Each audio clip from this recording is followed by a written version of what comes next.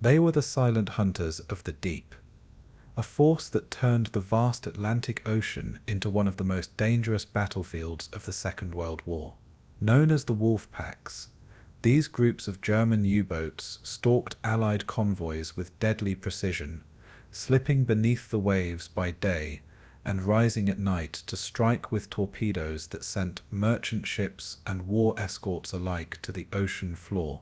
What began as a handful of submarines at the outbreak of war grew into a terrifying weapon of attrition, designed to choke Britain's lifeline of supplies and starve an island nation into submission. Coordinated by radio, guided by Enigma codes, and emboldened by early successes, the Wolfpacks spread fear across the seas, their periscopes and silhouettes haunting the minds of sailors and merchant crews who never knew when death might come from below. But for all their ruthlessness, the U-boat war was also a contest of innovation, a battle of sonar and radar, of depth charges and escort carriers, of cryptographers and intelligence officers, waging a silent war to break the codes that kept the Wolfpacks hunting. Thousands of lives were lost in this desperate struggle, and the Atlantic became a graveyard of steel, oil, and shattered hope. In this documentary, we will trace the rise and fall of the Wolfpacks, from their early triumphs to their eventual destruction as Allied technology and strategy turned the tide. We will explore the human stories of both hunters and hunted, the captains and crews of the U-boats, and the men aboard the convoys who braved the gauntlet to keep the lifelines open. So stay with us as we dive deep into one of the most relentless struggles of the war, a battle fought not on open fields or city streets, but in the cold and unforgiving depths of the sea. And before we begin, let us know in the comments where you're watching from and what time it is there, because remembrance connects us across oceans and across generations, just as the Battle of the Atlantic once did. In the waters of the early 20th century, naval warfare had always been defined by battleships, cruisers, and grand fleets clashing on the surface. But in the shadows of the First World War, a new predator emerged beneath the waves, the submarine. Germany, constrained by the might of the British Royal Navy, sought a weapon that could strike invisibly and undermine Britain's maritime lifeline. The U-boat, short for undersea boot, became that weapon, operating with stealth and terror across the Atlantic. In 1915, the sinking of the RMS Lusitania shocked the world and demonstrated the lethal potential of these silent hunters. German U-boats prowled shipping lanes, sinking merchant ships carrying supplies to Britain and France, cutting into the Allied war effort with ruthless efficiency. The campaign revealed both the strengths and the flaws of submarine warfare, devastating against commerce, yet politically dangerous when civilian lives were lost. The submarine was still a primitive weapon, with limited range, fragile engines, and unreliable torpedoes, but its psychological impact far outweighed its mechanical shortcomings. For Britain, the U-boat Menace became an existential threat, one that nearly starved the island nation into submission. By the end of the First World War, U-boats had sunk over 5,000 vessels, shaking the very foundations of Allied logistics. It was a weapon that had proven its worth, and one that would not be forgotten by Germany's future leaders. The lessons of this first submarine war lingered, preparing the stage for an even greater undersea conflict a generation later. When Germany surrendered in 1918, its once formidable fleet of U-boats was dismantled and handed over to the victors. The Treaty of Versailles imposed strict limits, forbidding Germany from building or maintaining submarines. But bans on technology rarely erase knowledge, and German naval officers carried the memory of submarine warfare with them into the interwar years. Secretly, the Reichsmarine studied the tactics, technologies, and failures of the First World War campaign. Naval theorists pored over records, analyzing why U-boats had succeeded in the early stages, and why they had faltered once the convoy system was introduced. In hidden offices and under foreign covers, German engineers continued research, often in collaboration with shipyards in neutral or sympathetic nations. These quiet efforts ensured that the know-how of submarine warfare was not extinguished, merely driven underground. Officers such as Karl Dönitz, a young naval commander who had served aboard U-boats during the Great War, never forgot the lessons of that brutal campaign. He carried with him the conviction that submarines had been the key to victory, and that if used differently, they could one day strangle Britain completely. While the world moved on, and new treaties sought to preserve peace, Germany's silent warriors were already plotting a return to the depths. The memory of the First World War's U-boat Menace remained a powerful ghost haunting the seas. The interwar period saw Germany innovate in secrecy, working around the restrictions of Versailles, in Dutch shipyards, and through covert programs. German naval designers began experimenting with new submarine designs. They analyzed the weaknesses of their old U-boats: short range, mechanical unreliability, poor living conditions, and sought solutions that would make future submarines more lethal and resilient. By collaborating with countries like Spain and the Soviet Union, Germany kept alive its submarine engineering expertise under the guise of commercial or experimental projects. Naval officers drilled in theory, crafting doctrines that emphasize stealth, surprise, and concentration of force. While the world's great powers reduced their navies in an effort to prevent another arms race, German planners envisioned a future where undersea warfare could cripple enemies before surface fleets even clashed. For men like Dönitz, the submarine was not merely a weapon, but a philosophy of total economic warfare. Instead of challenging the Royal Navy in open battle, he believed in strangling Britain's supply lines with packs of coordinated U-boats. These theories gained traction within a resurgent Germany after 1933, when Adolf Hitler came to power and openly defied the Treaty of Versailles. Suddenly, what had been secret speculation became official policy. The dream of a revived U-boat fleet was about to be realized, not as an afterthought, but as a central pillar of Nazi naval strategy. Adolf Hitler's obsession with building a world-dominating war machine did not initially extend to the sea. He dreamed of great battleships, the Bismarck, the Tirpitz, as symbols of German might. Yet even as massive surface warships were laid down, Karl Dönitz quietly built the case for submarines as Germany's true strategic weapon.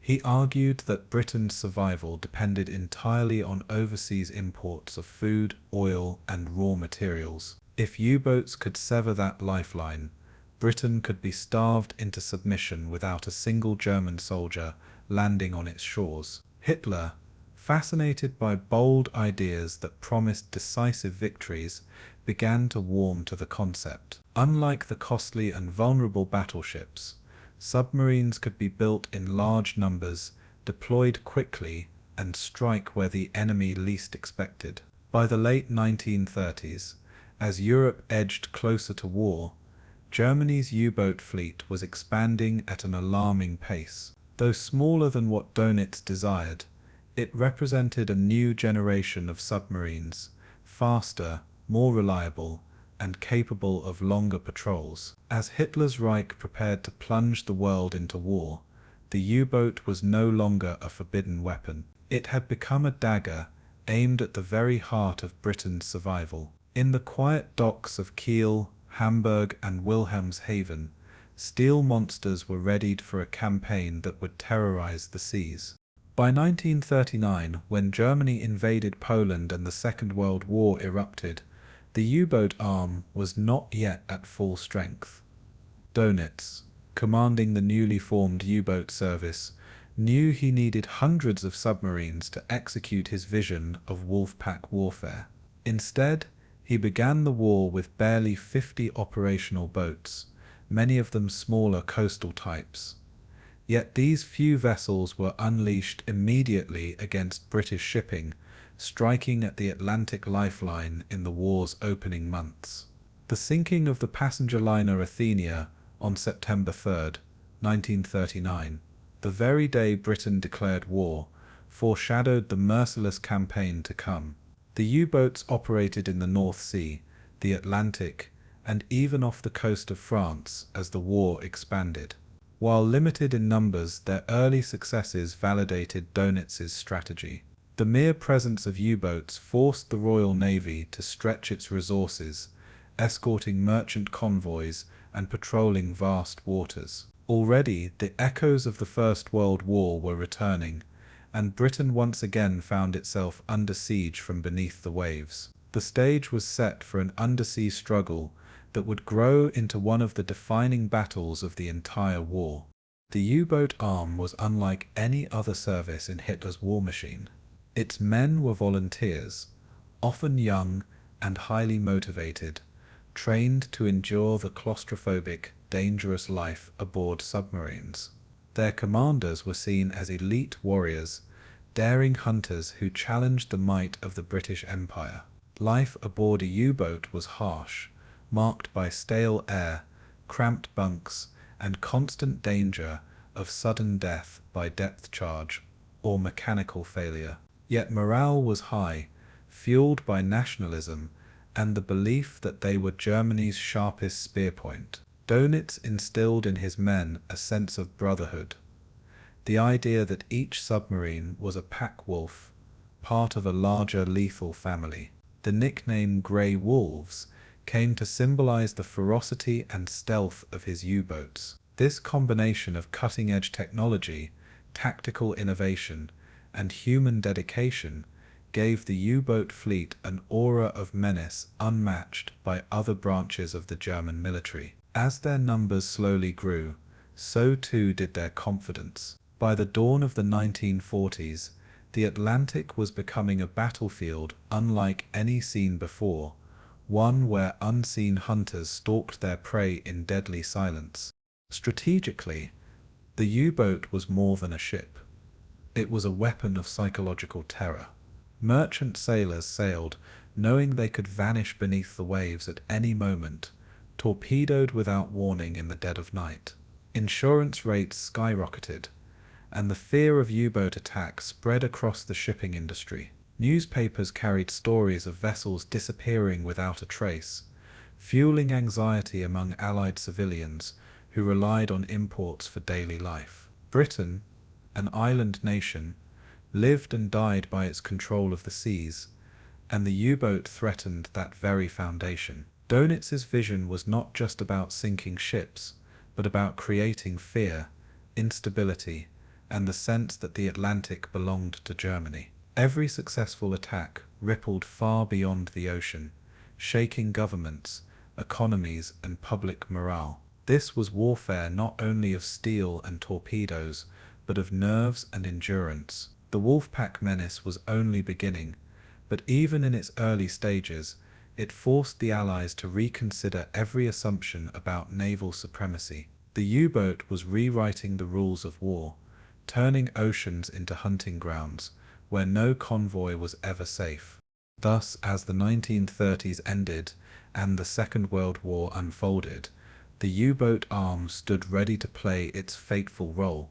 Born from the lessons of the First World War, refined in secrecy during the interwar years, and championed by the unrelenting vision of Karl Dönitz, the U-boat emerged as Hitler's chosen weapon of sea power. It was not the massive battleship that would define Germany's naval war, but the lean, deadly predator beneath the surface. In the years to come, U-boats would sink millions of tons of Allied shipping, shape grand strategy, and determine the very survival of nations. They would also suffer catastrophic losses, with entire crews vanishing into the deep in the most perilous service of the German military. But here, in the birth of this menace, the seeds were sown for a struggle unlike any other, a contest of stealth, endurance, and will across the endless oceans. The Battle of the Atlantic had begun, and the U-boat would be its most fearsome protagonist. In the silence of the depths, history's deadliest hunters waited. Carl Dönitz emerged from the ashes of the First World War as a man shaped by both defeat and conviction. Born in 1891, he had joined the Imperial German Navy with dreams of glory, but quickly found his destiny in the claustrophobic hulls of submarines. As a young officer, he commanded U-boats in the Mediterranean, experiencing firsthand the perils and potential of undersea warfare. Captured in 1918 after his boat was forced to the surface, he spent the end of the war as a prisoner, reflecting on the lessons of failure.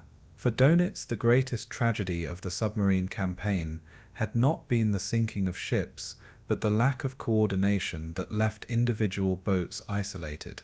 He believed that if U-boats had operated in groups, striking together like a pack of wolves, they could have overwhelmed British convoys. This conviction became an obsession, something he carried with him into the interwar years, when Germany was forbidden to even build submarines. While many in the naval hierarchy still dreamed of great battleships, Dönitz quietly refined his vision of undersea warfare.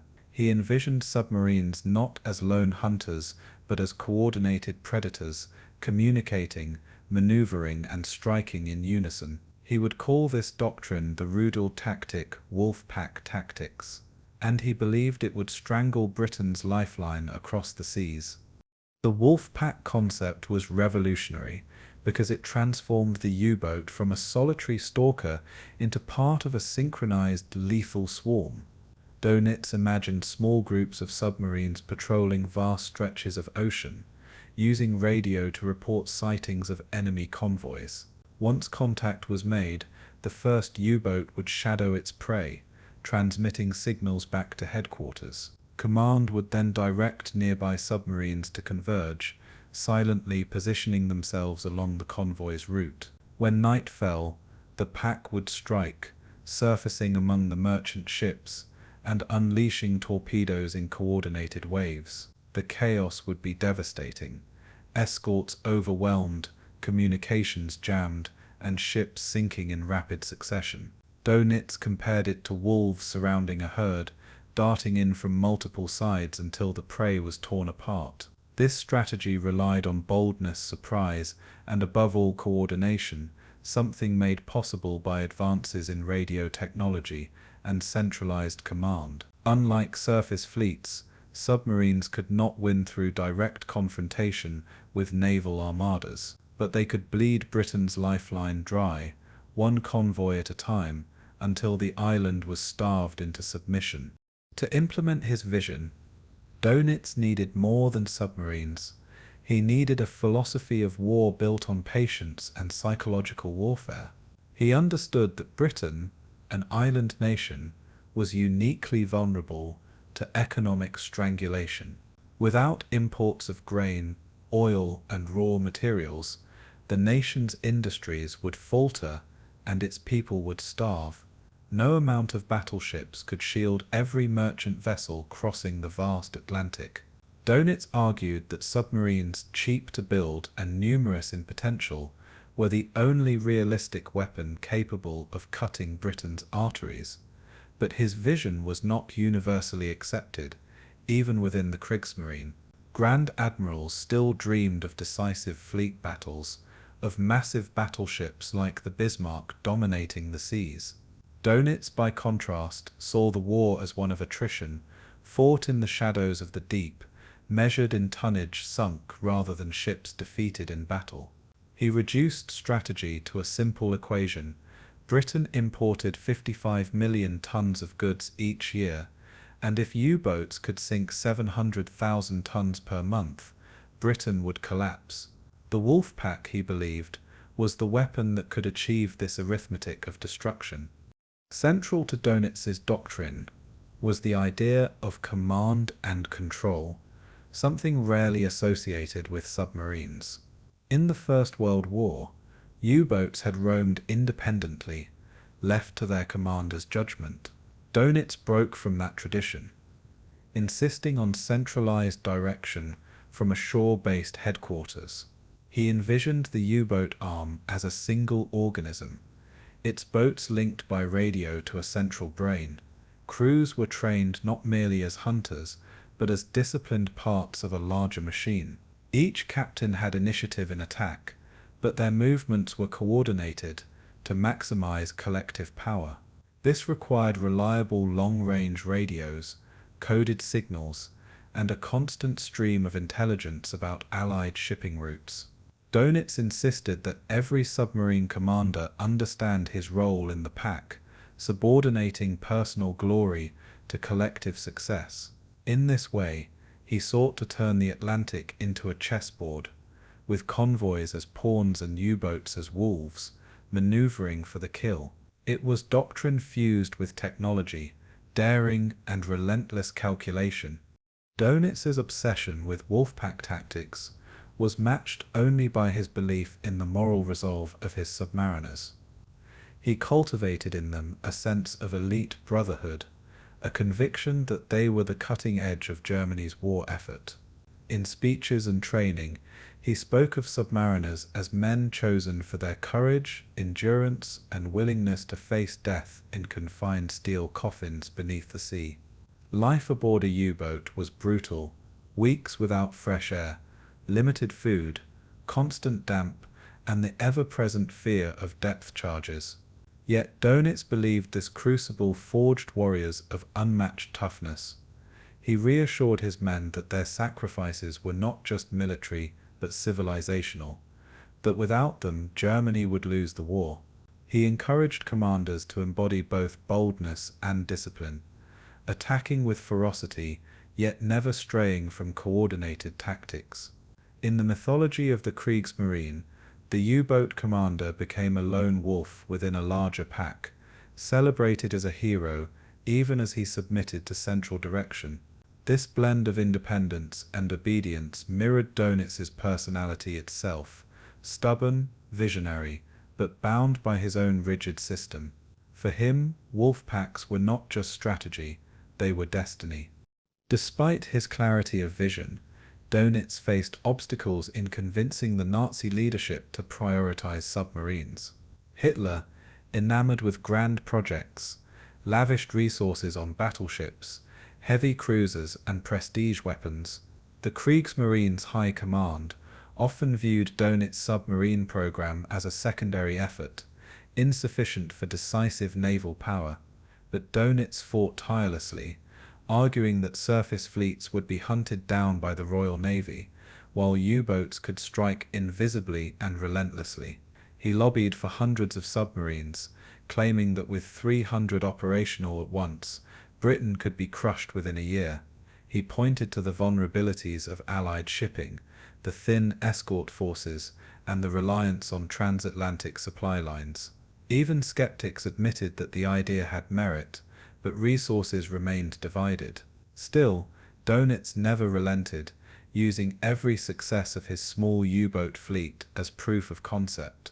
By 1939, when war erupted, his Wolfpack theory remained untested, but poised to dominate the coming struggle. In his mind, the submarine campaign was not merely an option, it was the key to Germany's ultimate victory. The genius of Dönitz lay not only in strategy, but in timing, for his vision emerged alongside critical technological advancements. Newer U-boats, like the Type 7 and Type 9, were more seaworthy, had greater range, and carried improved torpedoes. Radio communications had become more reliable, and encryption devices, like the Enigma machine, allowed secure coordination across vast distances. Long-range reconnaissance aircraft and agents provided intelligence on shipping routes, feeding into Dönitz's central command system. Even as the Royal Navy remained the largest surface fleet in the world, it had not yet adapted fully to counter this new style of warfare.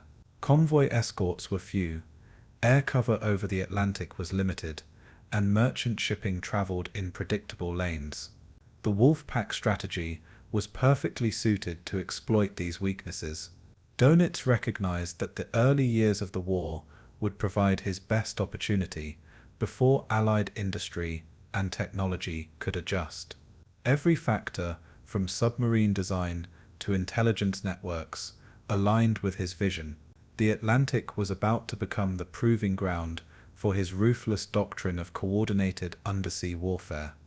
Thus, Karl Dönitz stood at the edge of history as both visionary and predator, convinced that the Wolfpack would decide the fate of nations.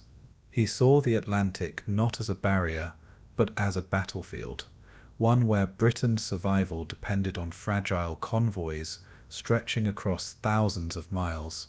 He reduced the war to a struggle of supply lines, a war of tonnage that could be won not by conquering territory, but by starving an empire.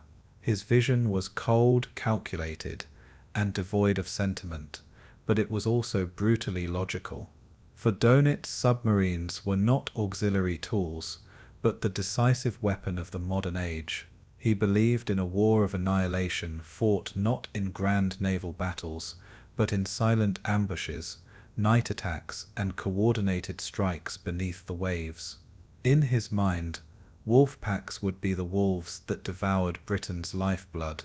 History would test this vision in the coming years, with victories that brought Britain to the brink of starvation and losses that consumed thousands of his own men. But here, in the vision of Karl Dönitz, the doctrine of the U-boat Wolfpacks was born. It would become one of the defining struggles of the Second World War. The rebirth of Germany's submarine arm in the 1930s was a direct violation of the Treaty of Versailles, yet it unfolded in calculated secrecy and bold defiance. Officially, the Reich was forbidden from constructing U-boats, but German engineers and naval planners found ways to circumvent the restrictions.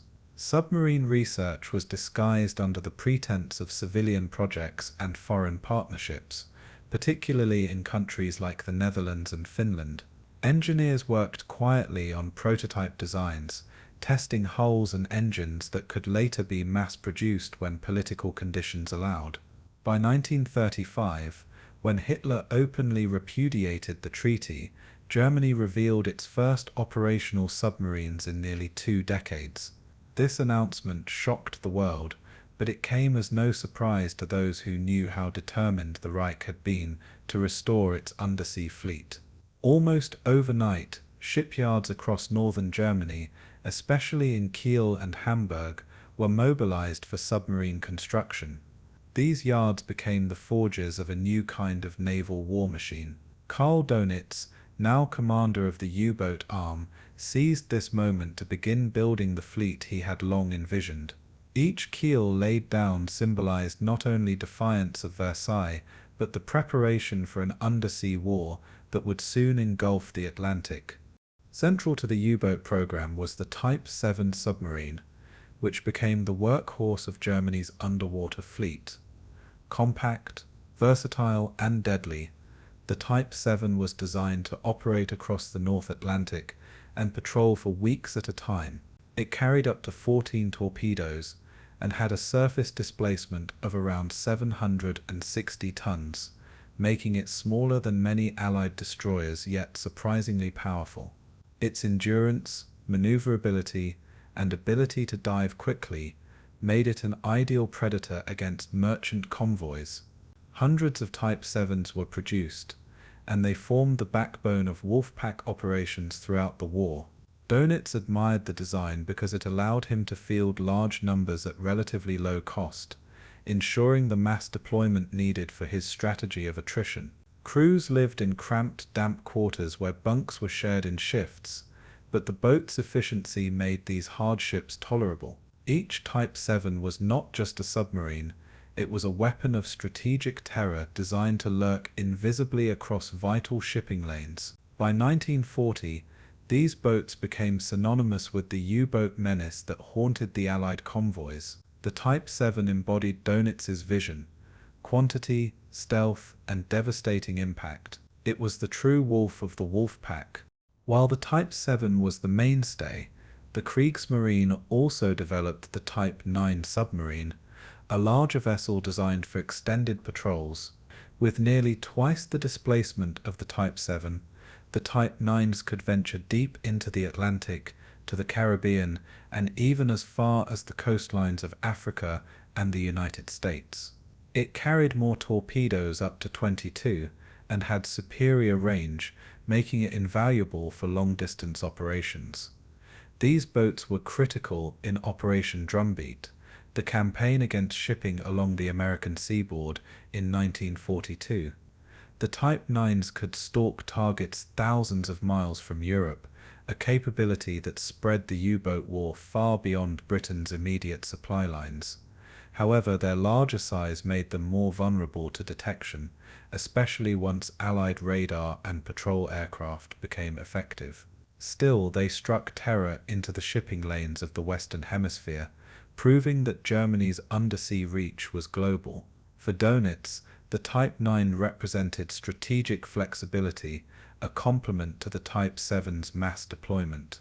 It allowed him to project submarine warfare into waters once considered safe. These distant hunts showcased the audacity of the Kriegsmarine and underlined the far-reaching ambitions of the Wolfpack strategy. As the war dragged on, German engineers worked feverishly on a revolutionary design that promised to change the course of submarine warfare, the Type XXL electro-boot. Conceived in the later years of the war, it was a leap forward in technology, the first submarine designed to operate primarily underwater, rather than as a surface vessel that could submerge. With streamlined hulls, snorkel systems for air intake while submerged, and vastly improved battery capacity, the Type XXL could remain underwater for weeks, rendering older detection methods nearly useless. It could reach speeds of 17 knots submerged, making it faster below the surface than many Allied destroyers were above it. Had it entered service in significant numbers, it might have altered the balance in the Atlantic, perhaps prolonging the war. Yet its arrival came too late, in 1944-45, when Germany was already on the defensive and Allied control of the seas was overwhelming. Only a few Type XXF ever conducted operational patrols before the surrender. Still, the design influenced post-war submarines in both East and West, laying the foundation for the nuclear-powered boats of the Cold War. The Type XXL was the ghost of a future that came too late for Germany, but it stood as a testament to the ambitions of Dönitz's fleet. Building a fleet of such magnitude required not only technical innovation but also massive industrial effort. Shipyards like Deutsche Werke in Kiel, AG Weser in Bremen, and Blohm and Voss in Hamburg became production centers that churned out U-boats in assembly line fashion. Workers labored around the clock, often under the threat of Allied bombing raids, to meet the ambitious targets set by the Kriegsmarine. German industry used prefabricated sections that were later welded together, a technique that sped up construction but sometimes led to quality issues. Thousands of laborers, including foreign forced workers and concentration camp prisoners, toiled under brutal conditions to keep production running. The regime viewed U-boats as essential to the war effort, so resources were funneled into the program even as other sectors of the economy suffered shortages. By 1943, over 1,000 U-boats had been built, a staggering number that testified to Germany's industrial mobilization. Yet quantity alone could not ensure success. The true strength of the fleet would depend on the men who sailed them. The yards delivered the steel hulls, but it was the sailors who gave them life, courage, and lethality on the high seas. Training U-boat crews was a rigorous process that demanded both technical skill and psychological endurance. Recruits underwent months of instruction in navigation, torpedo mechanics, engine maintenance, and gunnery.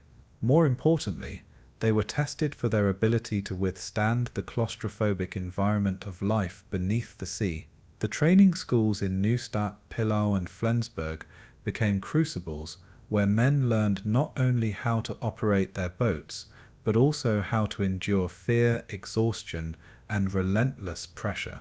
Dönitz emphasized the creation of a brotherhood among his submariners, instilling a sense of pride and elitism.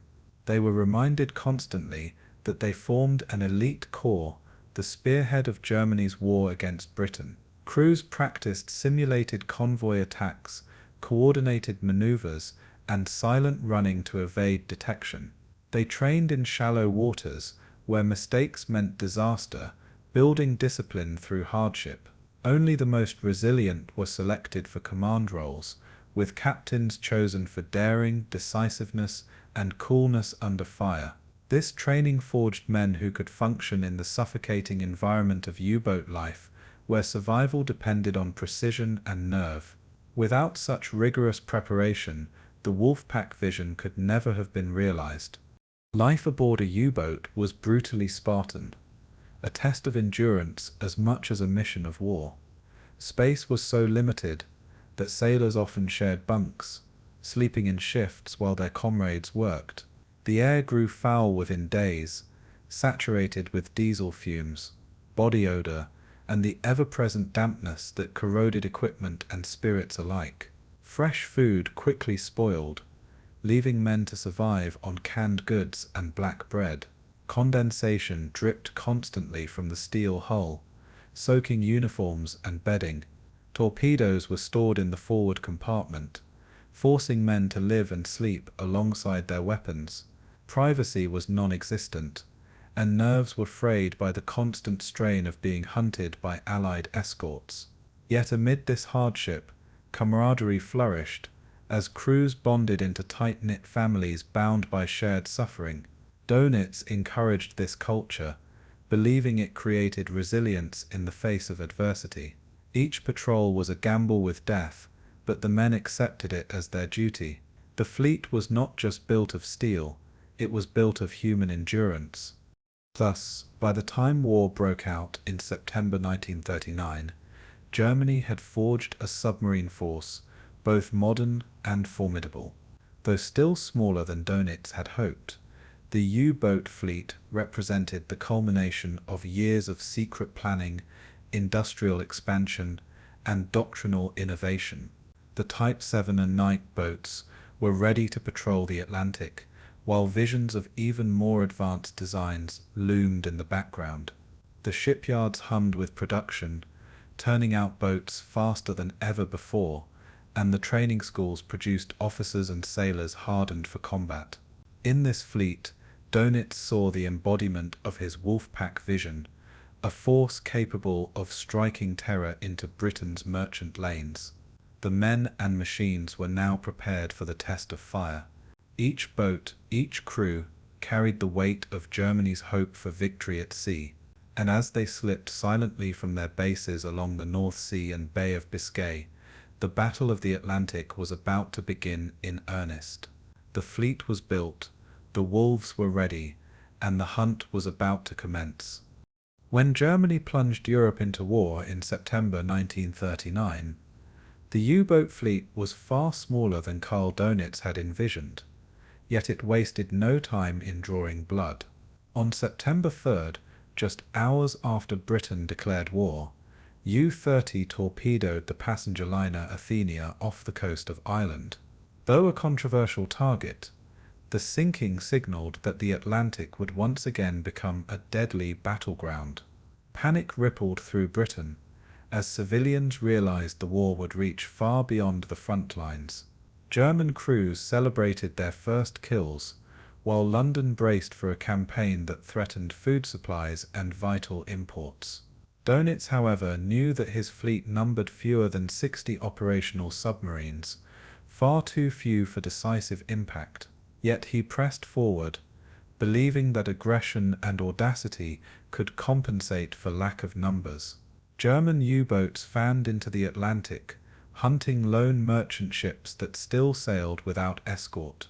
It was the beginning of a new age of submarine warfare, where speed, stealth, and terror would dictate the rhythm of the seas.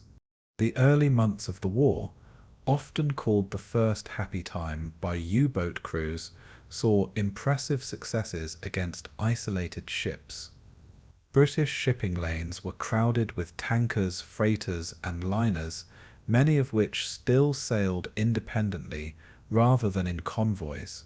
The Admiralty, haunted by memories of World War I but slow to adapt, underestimated the scale of the threat. U-boats exploited this lack of organization, ambushing ships at night and vanishing beneath the waves before escorts could arrive. German submarine captains, many still young and untested, gained valuable combat experience. Each sinking was celebrated in Berlin as proof of the Reich's naval reach. Civilians across Britain soon faced rationing, as the loss of grain and fuel convoys created shortages.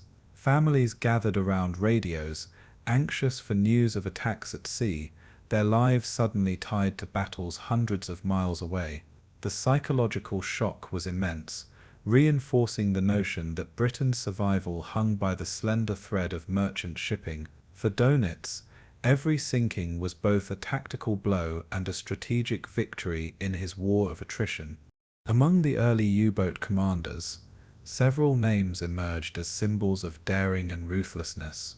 Kapitän-Leutnant Günther Prien became a legend in October 1939, when his submarine, U-47, penetrated the British naval base at Scapa Flow.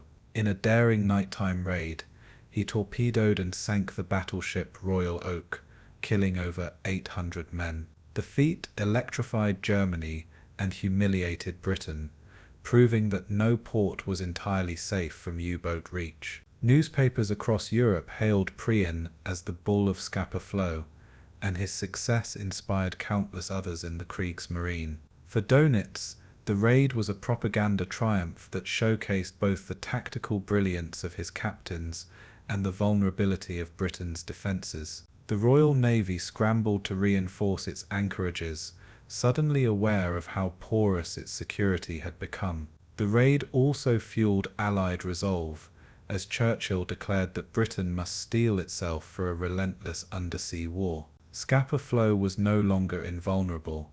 It was a reminder that the German Wolfpacks were bold enough to strike at the very heart of Britain's naval pride.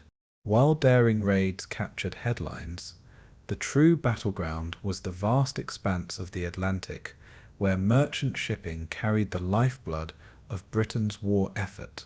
U-boats prowled off-island, in the western approaches, and along the routes to Canada and the United States.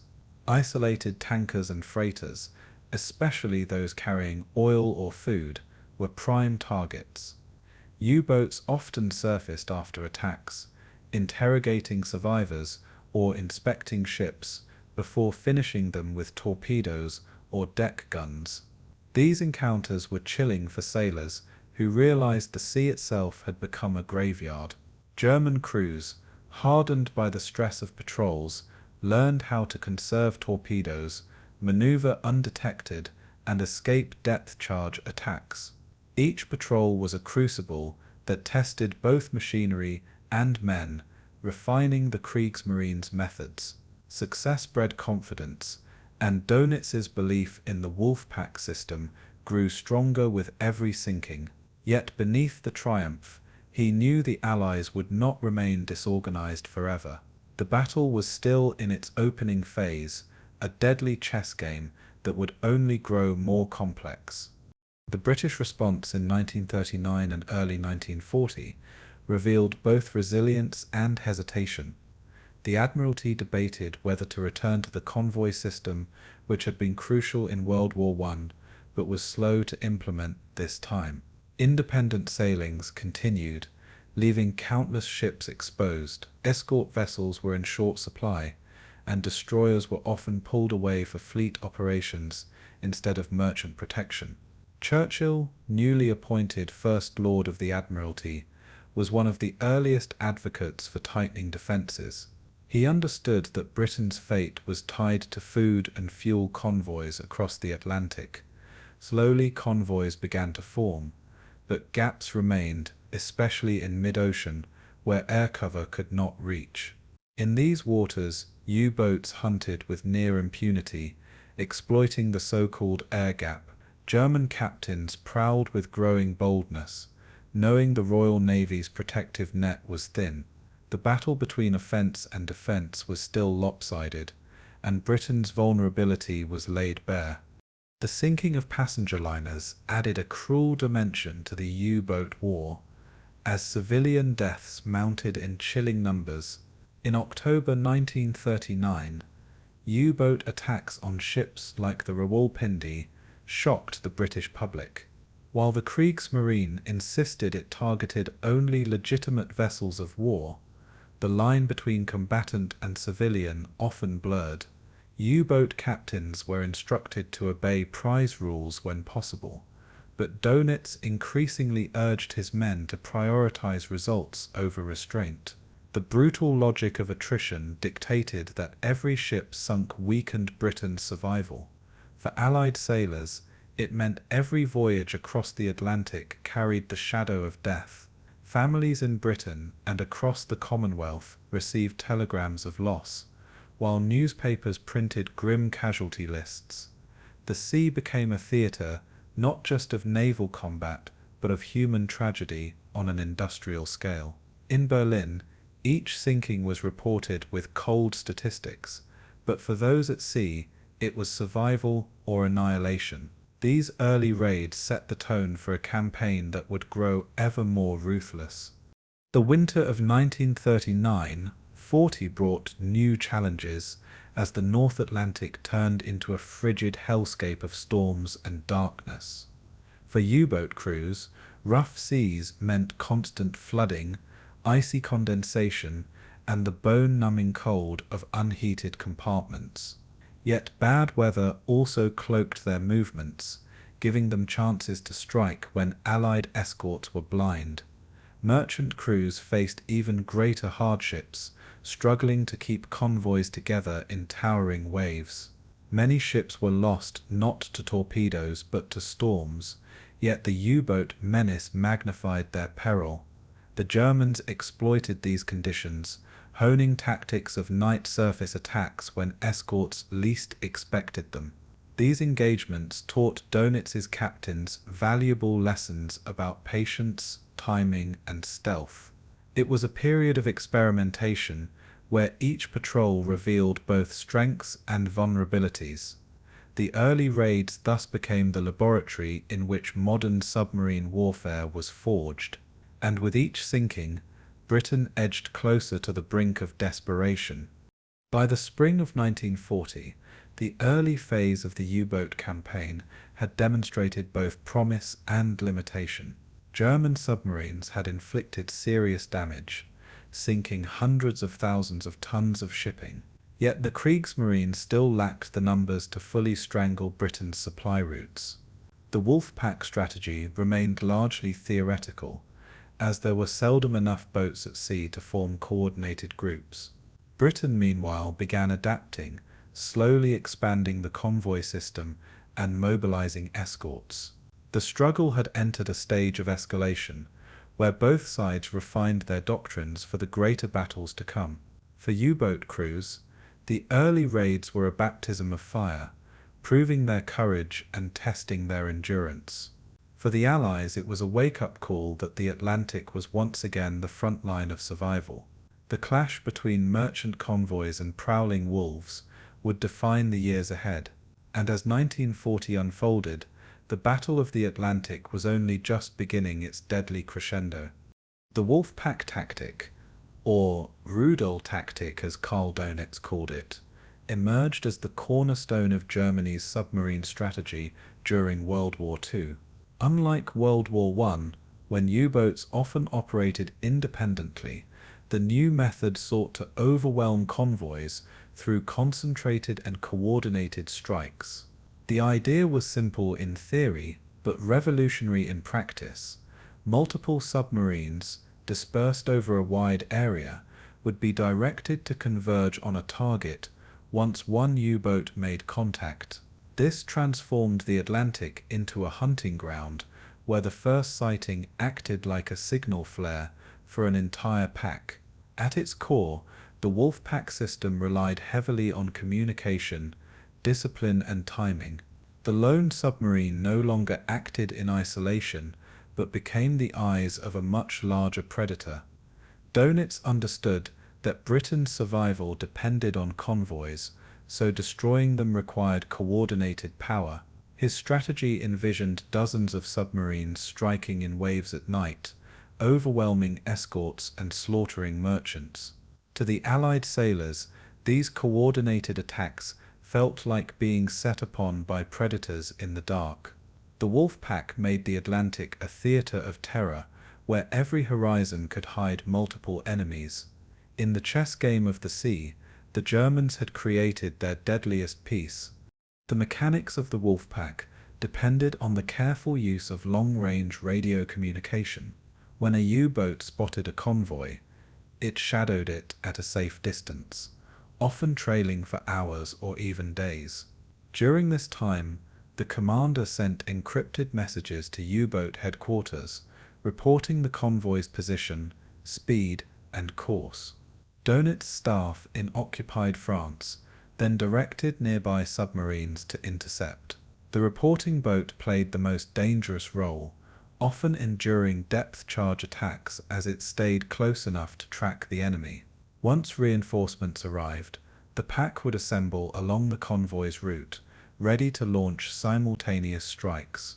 This coordination gave German submarines the element of surprise, as a seemingly lone attacker was soon joined by half a dozen others. The Admiralty, initially unaware of this system, often underestimated the scale of attacks until it was too late. To Allied sailors, the sudden appearance of multiple torpedo tracks in the water was terrifying proof that they were not facing a single submarine. Radio discipline, however, was both the Wolfpack's strength and its Achilles heel, for transmissions also betrayed positions to Allied direction finding.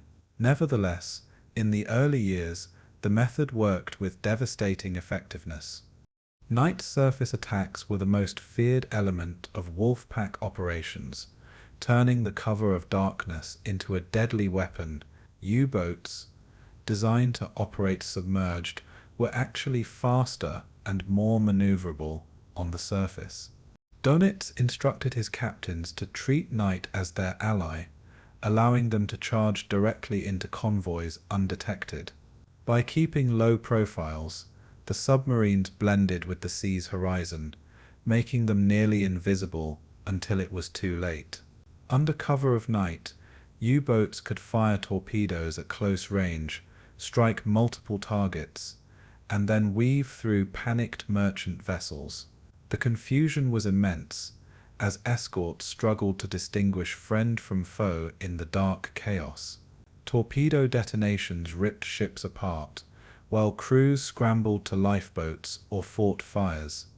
Each submarine operated semi-independently within the pack, exploiting gaps in the convoy's defense.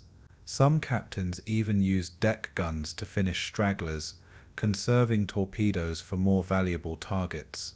For Allied sailors, the blackened Atlantic became a nightmare realm where invisible predators stalked them at will. The Wolfpack's night strikes became a signature of German naval terror, unmatched in its psychological impact. The Wolfpack tactic demanded not only technical skill, but also psychological resilience from U-boat crews. Long hours of shadowing convoys without being detected created unbearable tension. Men endured silence, fatigue, and the constant fear that the enemy might spot them first. When the order to attack finally came, adrenaline surged, and every crewman knew survival hinged on precision. Inside the cramped pressure hull, the sounds of engines, torpedo launches, and explosions outside created an atmosphere of controlled chaos. Captains had to balance aggression with caution, knowing that escorts with sonar and depth charges were waiting for mistakes. For sailors in the convoy, the stress was equally intense, as flares lit the night sky and emergency signals echoed through the fleet. Every hour brought uncertainty. Would the next explosion strike their vessel? Survivors often described these battles as nightmares of fire and steel, punctuated by screams in the dark. The Wolfpack did not merely sink ships, it shattered the morale of merchant sailors and escort crews alike. For Dönitz, this psychological dominance was as valuable as tonnage sunk. Fear itself became a weapon in the arsenal of the pack.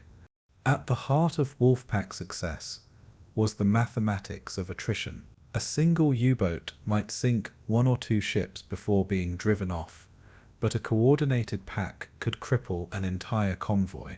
With multiple submarines firing in quick succession, escorts found themselves overwhelmed. Destroyers and corvettes raced between attacks, their depth charges expended faster than they could reload. Merchant captains, forced to zigzag in panic, broke formation, creating easy targets. This cascading chaos magnified the pack's effectiveness far beyond the sum of its parts. Dönitz calculated that sinking 700,000 tons of shipping per month would strangle Britain into submission. In 1941 and early 1942, Wolfpacks often came close to achieving these targets, sinking merchant vessels faster than Allied shipyards could replace them. Insurance rates soared, and the morale of sailors plummeted.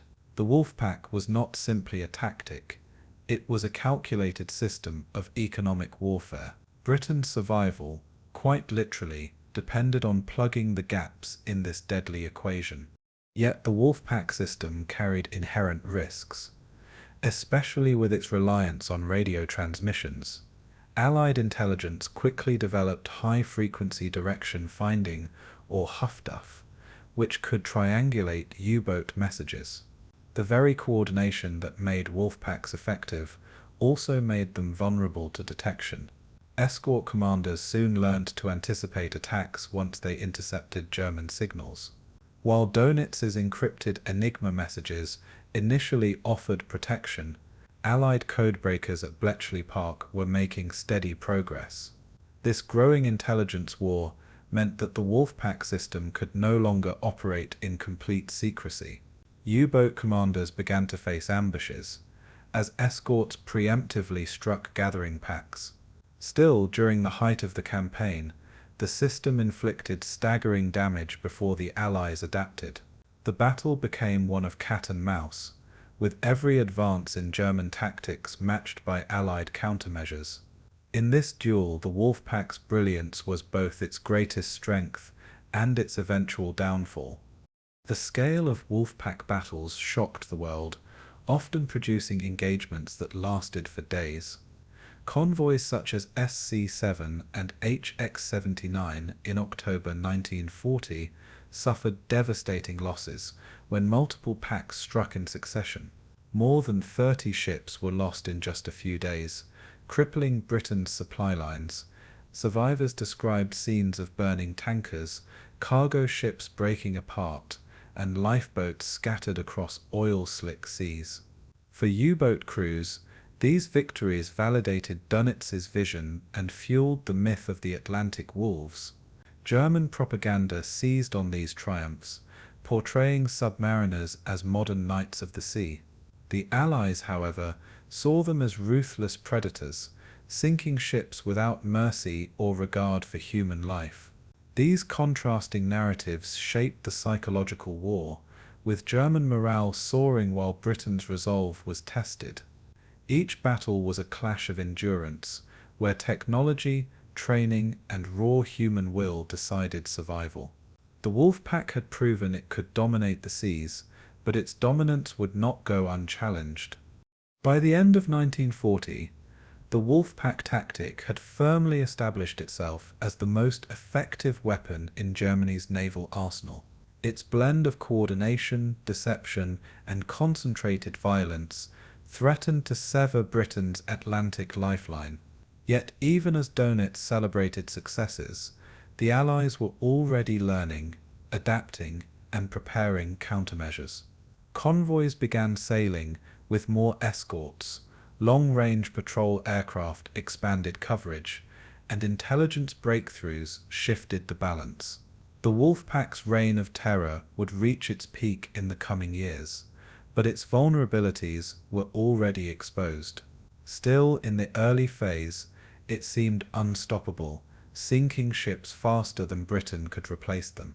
Merchant sailors whispered about the wolves in the night, a phrase that captured both fear and inevitability. Every voyage across the Atlantic became a gamble against unseen hunters.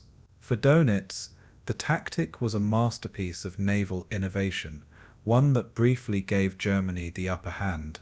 In the story of the Atlantic War, the Wolfpack became both legend and nightmare, forever etched into history as the embodiment of undersea warfare. Between the summer of 1940 and the early months of 1941, German U-boats entered what became known as the erste glückliche Zeit, the first happy time. This was the period when the Royal Navy was still reeling from the fall of France and the collapse of Norway, leaving vast stretches of the Atlantic vulnerable. With French Atlantic ports like Lorient, Saint-Nazaire, and La Rochelle now under German control, U-boats could operate far deeper into the ocean with reduced transit time. The Allied convoy system was still in its infancy, stretched thin by too few escorts and little air cover. Dönitz had fewer than 30 operational U-boats at the time, but their impact was disproportionately destructive. Merchant ships, many sailing unescorted, became easy prey for lone U-boats or small packs working the Atlantic lanes. The seas west of Ireland and along the British Isles became graveyards for tankers and freighters carrying lifelines of oil, food and arms. Britain, utterly dependent on imports, found its survival threatened by a predator that seemed unstoppable. The collapse of France meant the German submariners could strike at will, operating from secure bases with direct access to the Atlantic. These ports became the beating heart of U-boat operations, enabling faster turnarounds and longer patrols. The happy time was not simply a German success, it was an Allied nightmare, one that revealed the fragility of Britain's survival at sea. The statistics of this period underline the scale of devastation. In the last 6 months of 1940 alone, more than 1.6 million tons of Allied shipping was sent to the bottom. Convoy escorts were few and poorly coordinated, while radar and sonar technology was still primitive. Many ships sailed independently, hoping speed or luck would spare them, but such isolation made them easy targets. U-boat commanders like Günther Prien, Otto Kretschmer, and Joachim Schepke became household names in Germany, celebrated as naval heroes. Kretschmer perfected the tactic of firing torpedoes at close range on the surface at night, often sinking several ships in a single patrol. Schepke's boldness saw him rack up sinkings with ferocity, while Prien, already famous for his daring raid on Scapa Flow, continued his exploits across the Atlantic. German propaganda seized upon these successes, elevating U-boat aces to the status of modern knights of the sea. For Britain, however, these names became symbols of terror, associated with sudden explosions in the night and convoys torn apart. Insurance premiums skyrocketed, sailors' morale faltered, and food shortages began to loom as imports dwindled. Each convoy that limped into Liverpool or Glasgow carried survivors with haunted eyes and stories of infernal nights on the Atlantic. This combination of raw statistics and human suffering gave the happy time its grim significance. The tactics employed during this era showcased the ruthless efficiency of the Wolfpack system. U-boats patrolled in patrol lines, spread across hundreds of miles, waiting for a sighting. Once contact was made, they shadowed the convoy and summoned reinforcements. Night surface attacks became the trademark of the period, with submarines weaving into convoys and firing spreads of torpedoes. Escorts, often limited to a handful of destroyers or corvettes, were overwhelmed by the number of attackers. Merchant ships, lacking speed and protection, were left to burn or sink in the darkness. Survivors clung to lifeboats or rafts in freezing waters, often watching helplessly as other ships were struck one after another. The Germans called it a hunting tactic, but to the Allies it resembled butchery. By using stealth, surprise, and superior coordination, U-boat crews inflicted damage that far exceeded their numbers. The convoys that did survive often arrived, scattered and reduced, their cargoes diminished, and their crews traumatized. This brutal efficiency convinced Dönitz that his vision of strangling Britain through tonnage war was within reach. For the men on the receiving end, however, the Atlantic had become a nightmare with no dawn.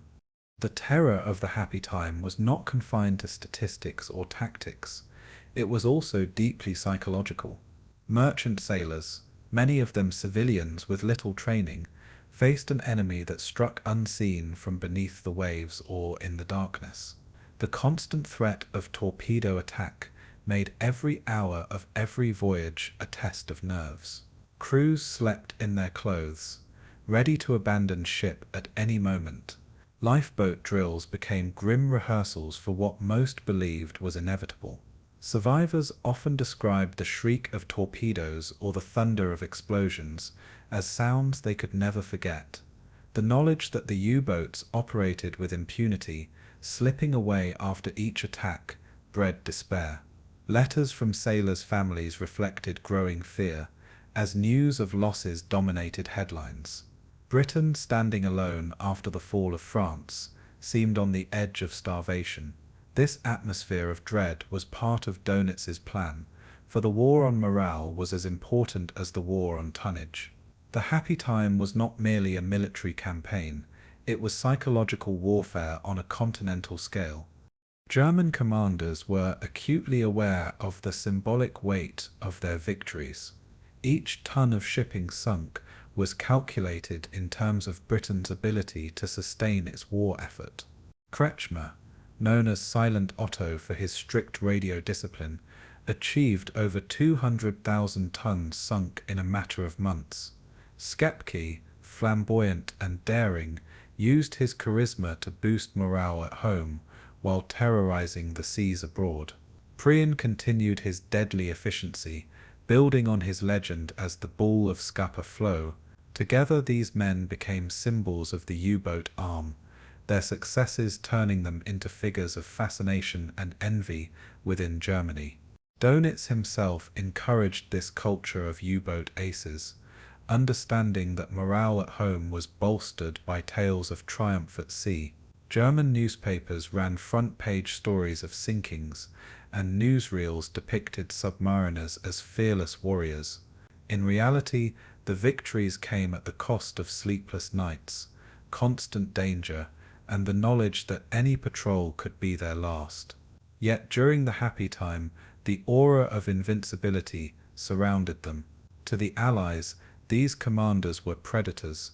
To the Germans, they were national heroes. Britain's response during this period was hampered by technological and logistical shortcomings. Radar had not yet been refined to detect low-profile submarines on the surface. Sonar, or ATSTIC, had limited range and effectiveness, especially when submarines attacked from within convoys. Air cover over the mid-Atlantic gap was virtually non-existent, leaving convoys vulnerable once they moved beyond land-based aircraft range. Escorts were too few to protect the growing number of convoys needed to sustain Britain.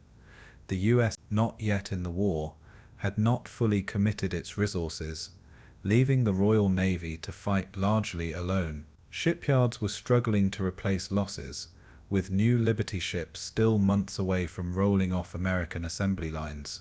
The gap between sinkings and replacements widened alarmingly, creating fears of outright collapse. Churchill himself later admitted that the U-boat threat was the only thing that truly frightened him during the war. In these months it seemed as if Germany had found a weapon that could force Britain to its knees. The happy time thus represented the height of U-boat power and the depth of Britain's vulnerability. The geography of the campaign also favored the U-boats during this phase. With bases in France, submarines could patrol the western approaches, the Bay of Biscay, and the shipping lanes around the British Isles with ease. Shorter transit times meant more patrols, more attacks, and greater efficiency. The narrow waters around Ireland and Western Britain funneled convoys into predictable routes, ideal for interception. The weather, often stormy and dark, gave submarines natural cover to operate undetected. The shallow coastal waters also complicated escort maneuvers, making depth charges less effective. Merchant traffic remained heavy as Britain imported vital food, oil, and military supplies from across the Atlantic. Each of these factors created a deadly environment where submarines thrived. To U-boat commanders, the seas were filled with opportunities, convoys appearing like herds of prey crossing a predator's territory. The strategic balance leaned heavily in Germany's favor, giving the impression of an unstoppable campaign. Geography, weather, and timing combined to make the happy time what it was, the zenith of U-boat dominance. Yet even during this golden era of success, seeds of change were already being planted. Allied scientists were improving radar, refining sonar, and developing new tactics for convoy defense. The United States was edging closer to war, providing escorts and resources that would eventually shift the balance. Merchant ship production was accelerating, preparing to replace losses at a rate that Germany could not sustain. The Royal Navy was learning hard lessons, and each convoy, even in defeat, brought experience that would be applied in future battles. For the U-boat crews, however, these developments were invisible. All they saw was victory. In their logbooks, sinkings mounted, patrols were celebrated, and promotions followed. Germany believed it had discovered the weapon that could win the war at sea. The happy time, therefore, stands as both triumph and illusion, an era when the Atlantic belonged to the U-boats, but only briefly. In the coming years, this dominance would be tested, eroded, and eventually reversed.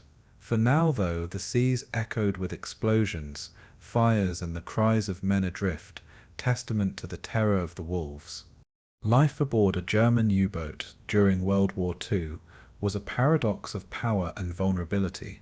These vessels carried the potential to cripple nations, yet their crews lived in conditions that were cramped, foul, and perpetually dangerous. A Type 7 U-boat, the workhorse of the fleet, measured only 220 feet in length, with just enough space for its 40 to 50 men to squeeze past one another in narrow corridors. Every inch of space was accounted for.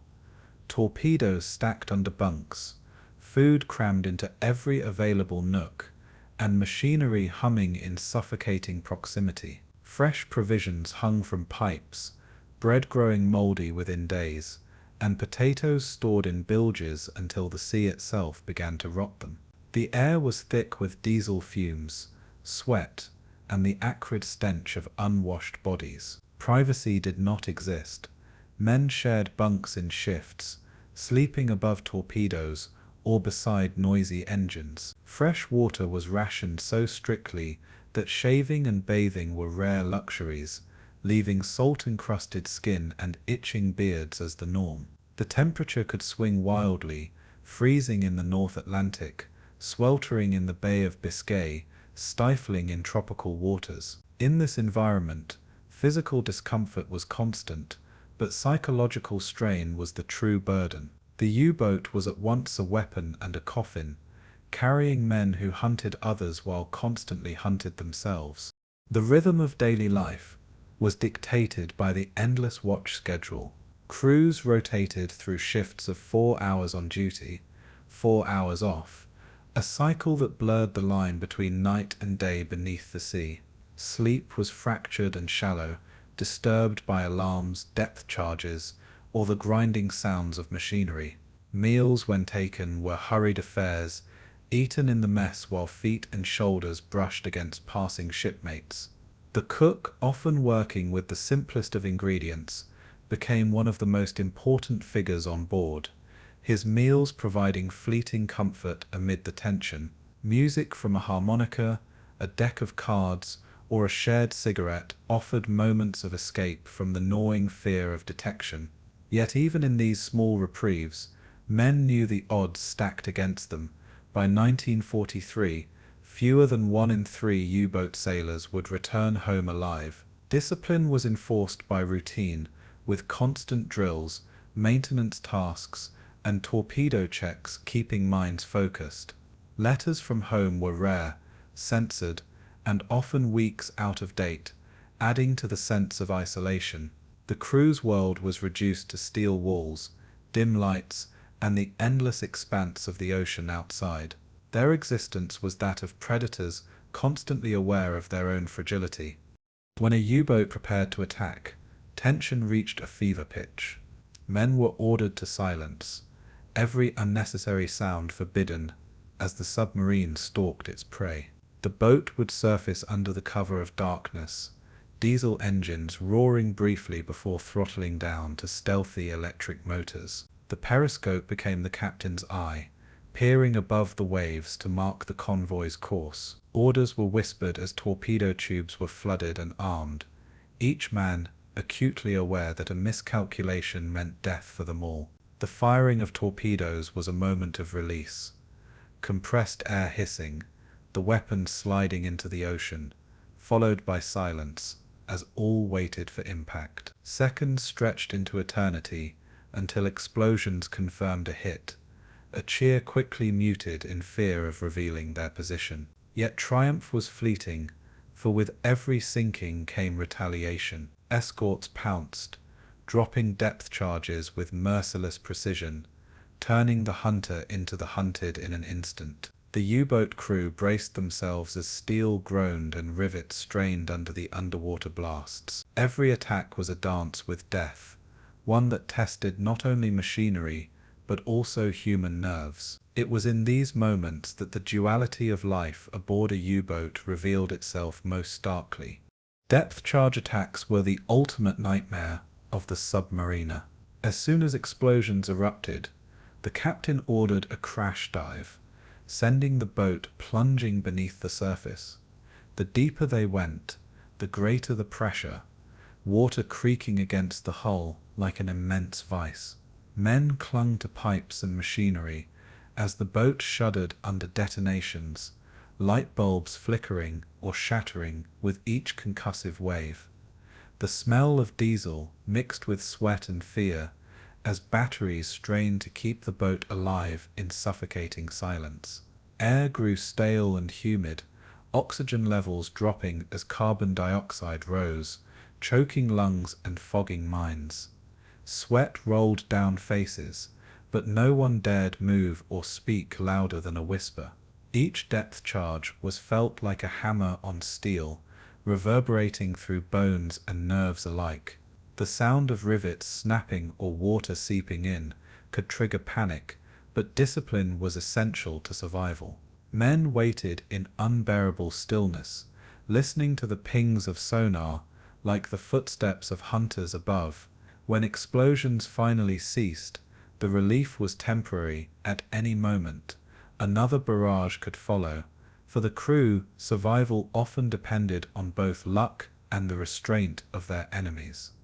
Psychologically, the strain of constant danger gnawed at even the most hardened men. The isolation of the ocean, coupled with weeks or months without sight of land, created a sense of timelessness. Fear of a sudden, unseen death made sleep shallow and dreams haunted. Some men confessed that the anticipation of being hunted was worse than battle itself. The endless waiting, knowing that detection meant a fight for life. Silence was oppressive. Even the creak of steel or a cough could feel like betrayal. Claustrophobia gnawed at nerves, with no escape from the same faces, smells and sounds day after day. Sailors joked grimly about iron coffins, a nickname that carried truth as U-boat losses mounted. Yet camaraderie formed under these conditions, bonds of shared suffering that bound crews together. The captain's role was not just tactical but psychological, holding men together when despair threatened to break them. Religious tokens, Letters from home or small rituals became anchors of sanity in a world dominated by fear. The psychology of undersea warfare was a battle as relentless as the fight against convoys. For every torpedo fired, there was also a silent war within the human mind. Despite the misery, many U-boat men felt pride in their role as Germany's front-line warriors. They were celebrated as an elite branch of the Kriegsmarine, their service seen as both dangerous and glamorous. Awards like the Iron Cross or Knight's Cross were frequently bestowed upon successful captains, making them celebrities in Nazi Germany. Sailors wrote home with pride, often omitting the hardships they endured to maintain morale among families. Propaganda painted them as fearless hunters, stalking the seas with cold efficiency. In reality, the crews knew they were vulnerable, especially as Allied technology advanced. Yet pride became a shield against despair, fueling their determination to fight on. Many were motivated by loyalty to comrades rather than ideology, unwilling to let their fellow sailors down. The U-boat community was small, and news of lost boats traveled quickly, each sinking felt personally by survivors on land or sea. Songs, traditions, and the iconic U-boat badge gave them a sense of belonging and identity. Even in defeat, submariners clung to their image as the grey wolves of the Atlantic. For them, honor and survival were inseparable, bound together in the depths. The ocean itself was both ally and enemy. Its vastness provided concealment, allowing submarines to slip away undetected into the endless horizon. Yet it was unforgiving, with storms battering fragile vessels and saltwater corroding equipment. In winter, ice formed on decks and periscopes, making even basic operations treacherous. Waves crashed over men standing watch, threatening to sweep them into the freezing abyss. In tropical patrols, heat was suffocating, with temperatures inside the boat rising above 100 degrees Fahrenheit. Sweat-drenched bodies, and air turned so foul that sailors joked they could cut it with a knife. Supplies spoiled quickly, leaving meals monotonous and often revolting. Rats, mold, and cockroaches became unwelcome companions, thriving in the cramped and unsanitary quarters. Every patrol was a gamble against not just the enemy, but also the ocean itself. The unpredictability of nature was a constant reminder that they were intruders in a hostile world. For U-boat sailors, the sea was both battlefield and executioner. To survive as hunters constantly at risk of becoming prey required resilience beyond measure. Every patrol demanded men balance the thrill of sinking ships with the terror of detection. Victories were celebrated quietly, for they knew retribution followed every success. The hunted became hunters, and hunters became hunted in an endless cycle of attack and evasion. The experience left scars. Many survivors later spoke of nightmares, trembling at the sound of thunder or the slam of a door. Yet during the war, there was no time to dwell on trauma. Duty demanded focus and discipline. U-boat life was defined by extremes: camaraderie and claustrophobia, pride and despair, triumph and terror. In this crucible, men were forged into warriors of the deep, their lives measured in tons of shipping sunk or depth charges endured. They operated in shadows, unseen but feared, shaping the course of the Battle of the Atlantic. To be aboard a U-boat was to live with death as a constant companion, every dive a step into uncertainty. The happy time revealed their power, but life beneath the waves revealed their fragility. In the end, they were both hunters and the hunted, trapped in an unforgiving war beneath the sea. When Japan struck Pearl Harbor in December 1941, the world's attention turned to the Pacific, but for Karl Dönitz, the commander of Germany's U-boat arm, the attack represented something different, a new battlefield opening across the Atlantic. With the United States now officially at war, the German Navy saw the American eastern seaboard as a ripe hunting ground, poorly defended, and brimming with merchant traffic. Dönitz launched what became known as Operation Paukenschlag, or Operation Drumbeat, sending his most experienced U-boat captains westward. These men were veterans of the North Atlantic, skilled in convoy attacks, and eager for the opportunity to strike at a fresh, unprepared enemy. The United States, though industrially powerful, had not yet fortified its coastal defenses and had underestimated the immediate danger posed by U-boats. Ships steamed brightly lit at night, with coastal cities glowing in the background, turning merchant vessels into silhouetted targets. For U-boat commanders, it was almost surreal, a shooting gallery where torpedoes rarely missed. The first wave of 5 submarines left Germany in late December 1941, slipping past Allied patrols and heading for the rich shipping lanes off the American coast. Their mission was to unleash terror, sink tonnage, and cripple American logistics before the enemy could respond. Thus began what U-boat sailors called the Second Happy Time, a period of success rivaling their earlier dominance in European waters. The U-boats arrived off the American East Coast in January 1942, and the results were immediate and devastating. Within days, oil tankers, freighters, and passenger liners were burning off Cape Hatteras and Long Island, their fires lighting up the horizon. The Americans had made critical mistakes. They had not enforced blackouts in coastal cities, leaving harbors and skylines blazing like beacons. Merchant ships sailed independently instead of in protected convoys, ignoring the hard-earned lessons Britain had learned under fire. This lack of coordination allowed U-boat captains to sit offshore, tracking one ship after another as they moved along the coast. Torpedoes struck with deadly accuracy, sending vessels to the bottom, often within sight of beachgoers. Newspapers reported the burning wrecks visible from boardwalks, and ordinary citizens could smell the oil slicks washing ashore. In just the first month, the handful of U-boats dispatched for Drumbeat had sunk over 150,000 tons of shipping. German commanders celebrated the operation as a triumph of surprise and daring, confirming Dönitz's vision that the U-boat fleet could bring even America to its knees. The psychological shock was as great as the material loss, for the U-boats seemed to appear everywhere, striking with impunity. The stage was set for one of the most destructive phases of the Atlantic War. The success of Operation Drumbeat encouraged Dönitz to send more submarines across the ocean. Soon Wolfpacks roamed from Newfoundland to the Gulf of Mexico, attacking shipping in waters Americans had believed safe. Tankers carrying oil from Texas were sunk just outside port entrances, flames spreading across the sea like floating infernos. Off the east coast, ships laden with war material for Britain were struck down within miles of departure, leaving crews scrambling for lifeboats in icy winter waters.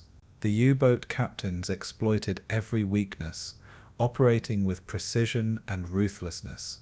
Their radio messages back to Germany painted a picture of opportunity, calling the campaign the greatest harvest. By spring of 1942, more than 70 U-boats had entered American waters, sinking hundreds of vessels. In New Orleans, Jacksonville, and even within Chesapeake Bay, explosions rocked the shipping lanes, spreading panic among sailors. German sailors nicknamed the American coast the American shooting range, mocking the unpreparedness of their enemy. For Dönitz, this was the vindication of years of planning. The Wolfpacks had extended their reach to the New World. The Happy Time was reborn, and its scale was staggering.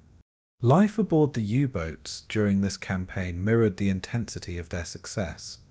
Crews worked tirelessly, loading torpedoes, manning periscopes, and keeping machinery in order for near-constant attacks. Each sinking was followed by the same grim routine, surfacing to recharge batteries, scanning the seas for survivors, and preparing for the next target.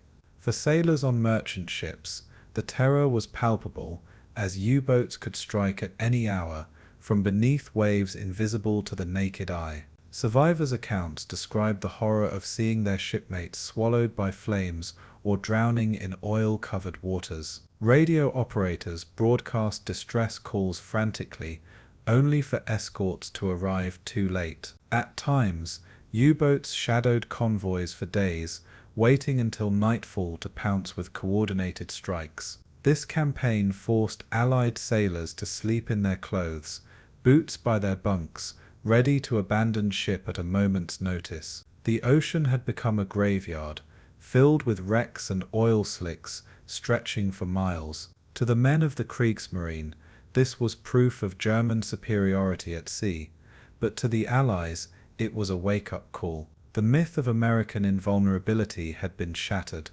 The human element of this phase revealed stark contrasts between predator and prey. German crews lived in squalor and constant fear of counterattack, yet they were sustained by adrenaline and propaganda broadcasts celebrating their victories. Each tonnage report published in Berlin was a boost to morale, showing the U-boat arm as the Reich's spearhead against Allied logistics. For the sailors of the merchant fleet, however, each voyage became a gamble with death. Civilians, many of them untrained, were pressed into service to keep supplies flowing, often with little protection beyond hope. Families at home read casualty lists daily, as more than 600 ships would be sunk off American waters in 1942 alone. Survivors often recounted the feeling of helplessness, seeing a torpedo's wake streaking toward them without any chance to evade. Coastal towns grew familiar with funerals, oil-soaked bodies, and lifeboats washing ashore. For Americans, the war had arrived not in distant Europe, but at their very doorstep. The contrast between German triumph and Allied suffering defined this phase of the campaign. It was a war without front lines, fought in silence beneath the waves. Yet the seeds of German overreach were already present. As the campaign expanded, U-boats stretched their supply lines, forcing them to operate far from bases in France. Long patrols meant greater wear on machinery, exhausted crews, and dwindling supplies of torpedoes and fuel. The reliance on radio transmissions for coordination also exposed them to Allied interception. British codebreakers at Bletchley Park had already begun deciphering parts of the Enigma system, giving the Allies an edge in predicting U-boat movements. By mid-1942, the United States had learned hard lessons, implementing convoys along the coast and deploying aircraft to patrol vulnerable waters. Blackouts were enforced in coastal cities, dimming the beacons that had once guided U-boat attacks. Escort ships bristled with depth charges, sonar systems and radar that made hunting far more dangerous. The days of easy pickings were coming to an end, though the price of delay had been immense. German crews noticed the shift quickly, as sinkings became harder to achieve and losses began to mount. What had begun as a slaughter was slowly turning into a contest. Still, in the early months, the tonnage sunk was staggering, and Berlin celebrated these victories with fanfare. Hitler praised the U-boat fleet as the Reich's most effective weapon, convinced that Britain and America could be brought to starvation through maritime strangulation. Dönitz, however, remained cautious, knowing that numbers mattered more than individual triumphs. He lobbied tirelessly for more submarines, arguing that only a fleet of 300 operational U-boats could truly bring down Allied shipping. Yet Germany's industrial capacity was stretched thin, producing too few boats to sustain dominance. Meanwhile, America's shipyards began turning out Liberty ships faster than U-boats could sink them. The mathematical balance of war was shifting, but in the spring of 1942, that reality was not yet apparent to the sailors at sea. For them, each patrol was judged by the number of ships destroyed and the tonnage reported. captains like Reinhard Hardigan and Eric Topp became legends, their names synonymous with daring raids on the American coast. Newspapers in Germany hailed them as heroes, while American headlines told of tragedy and disaster. This dual narrative underscored how perception shaped the memory of this campaign. By the summer of 1942, the second happy time began to fade as Allied defenses improved, and U-boats faced escalating risks.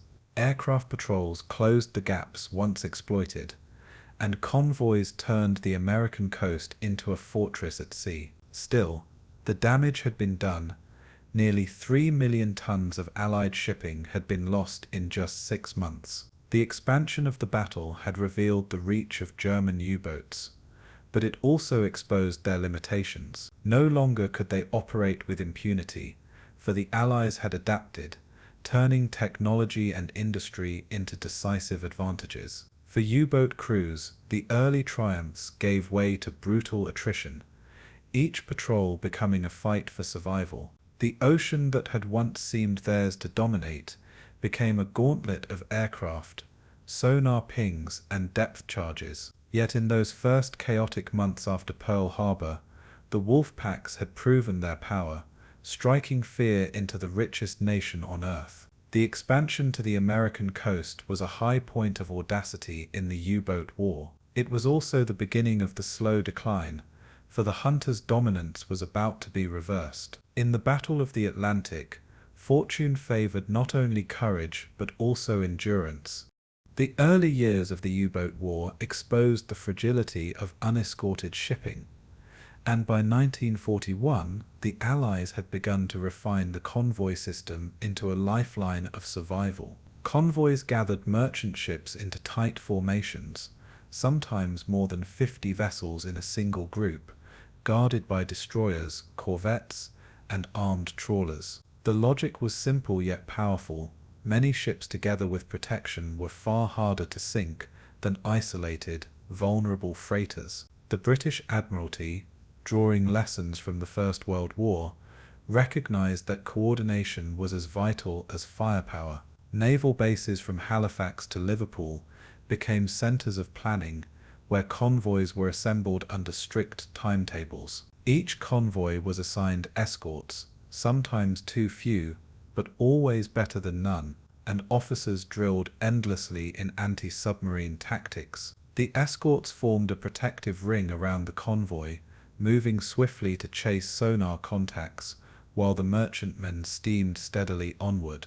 Communication between ships was limited to signals, avoiding radio transmissions that might reveal their position to lurking U-boats. To the sailors, life in a convoy was tense but strangely reassuring, knowing they were not alone in the vast ocean.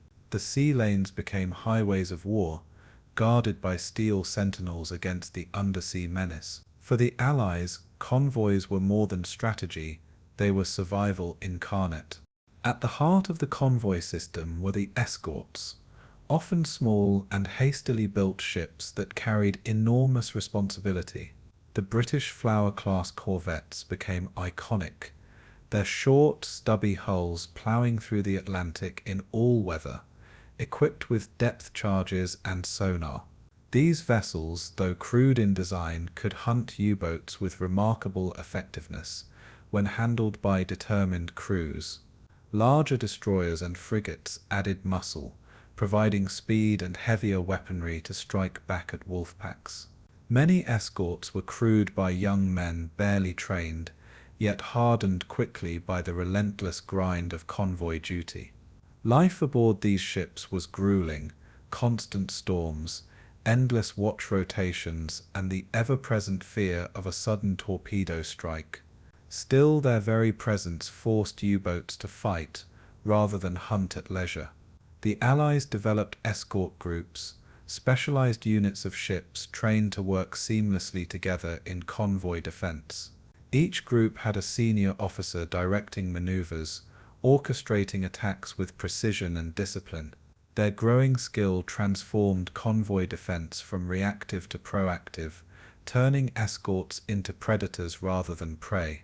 This evolution marked a critical shift in the Atlantic War. Technology became the silent ally of the convoy system, steadily tipping the balance against the Wolfpacks. Sonar, known as AZAC, allowed escorts to detect submerged submarines by bouncing sound waves through the depths. Early models were limited, often losing contact once depth charges exploded, but refinements made detection more reliable over time. Radar soon followed, allowing escorts to spot U-boats surfacing at night to recharge batteries or shadow convoys. Aircraft equipped with radar extended this coverage, flying long patrols and striking with bombs or depth charges when U-boats surfaced. The Americans introduced high-frequency direction finding, nicknamed HFDUF, which pinpointed U-boat radio transmissions and guided escorts to their prey. These advances created a layered defense, where submarines faced detection from sea, sky, and technology itself. The ocean, once a hunting ground for the Wolfpacks, grew steadily more hostile. U-boat captains found themselves cornered, unable to approach convoys without triggering alarms and counterattacks. Each improvement represented an invisible wall closing around them, shrinking the margins of survival. The convoy system, fortified by science, was becoming a formidable fortress at sea. Tactics also evolved, reshaping how escorts defended their convoys against coordinated Wolfpack assaults. The early response had been simple depth charge attacks, often clumsy and wasteful of ammunition. By 1942, escort commanders had refined patterns of attack, laying barrages of explosives in carefully calculated spreads to box in submarines. Specialized hunter-killer groups emerged, detachments of escorts trained not only to defend, but to chase U-boats aggressively, pursuing them for hours until forced to surface. These groups sometimes operated ahead of the convoy, sweeping the seas clean before the merchantmen arrived. Escort carriers, small aircraft carriers converted from merchant hulls, further extended the umbrella of protection, launching aircraft directly above convoys. These planes scouted, attacked, and harassed U-boats, depriving them of the cover of night and forcing them into deeper waters. Convoys no longer drifted helplessly across the Atlantic. They moved as armed fortresses, striking back with discipline and fury. The balance of initiative began to shift, and for the first time Wolfpacks were meeting organized resistance. What had once been one-sided slaughter was becoming a duel of endurance and innovation. Each convoy that reached port intact was a victory not only for the ships, but for the system itself. The convoy system also had profound psychological effects on sailors. Merchant mariners, once terrified of sailing alone, gained confidence knowing escorts circled them like guardians. While the risk of torpedo attack remained high, there was solace in numbers and men felt less isolated on the endless ocean. For escort crews, the responsibility was crushing, but also a source of pride, for they were the thin shield keeping the supply lines alive.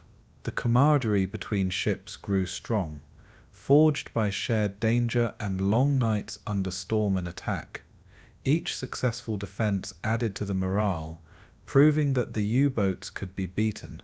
Survivors of sunken ships often rejoined new convoys, carrying stories of horror, but also resilience. Letters home reflected both fear and determination, as sailors described how convoys had become floating communities of war. For the Germans, however, the sight of a convoy bristling with escorts was increasingly demoralizing. What had once been easy hunting turned into grueling contests, where success demanded more risk and brought greater danger. The war at sea was no longer theirs to dictate. The shift in spirit was as critical as the shift in tactics. Behind the scenes, coordination of convoys demanded immense organizational effort from the Allies. Admiralties in London, Halifax, and Washington created vast networks of intelligence, scheduling, and routing, often working with incomplete information. Ships were grouped based on speed, cargo, and destination, ensuring the convoy moved at the pace of its slowest vessel.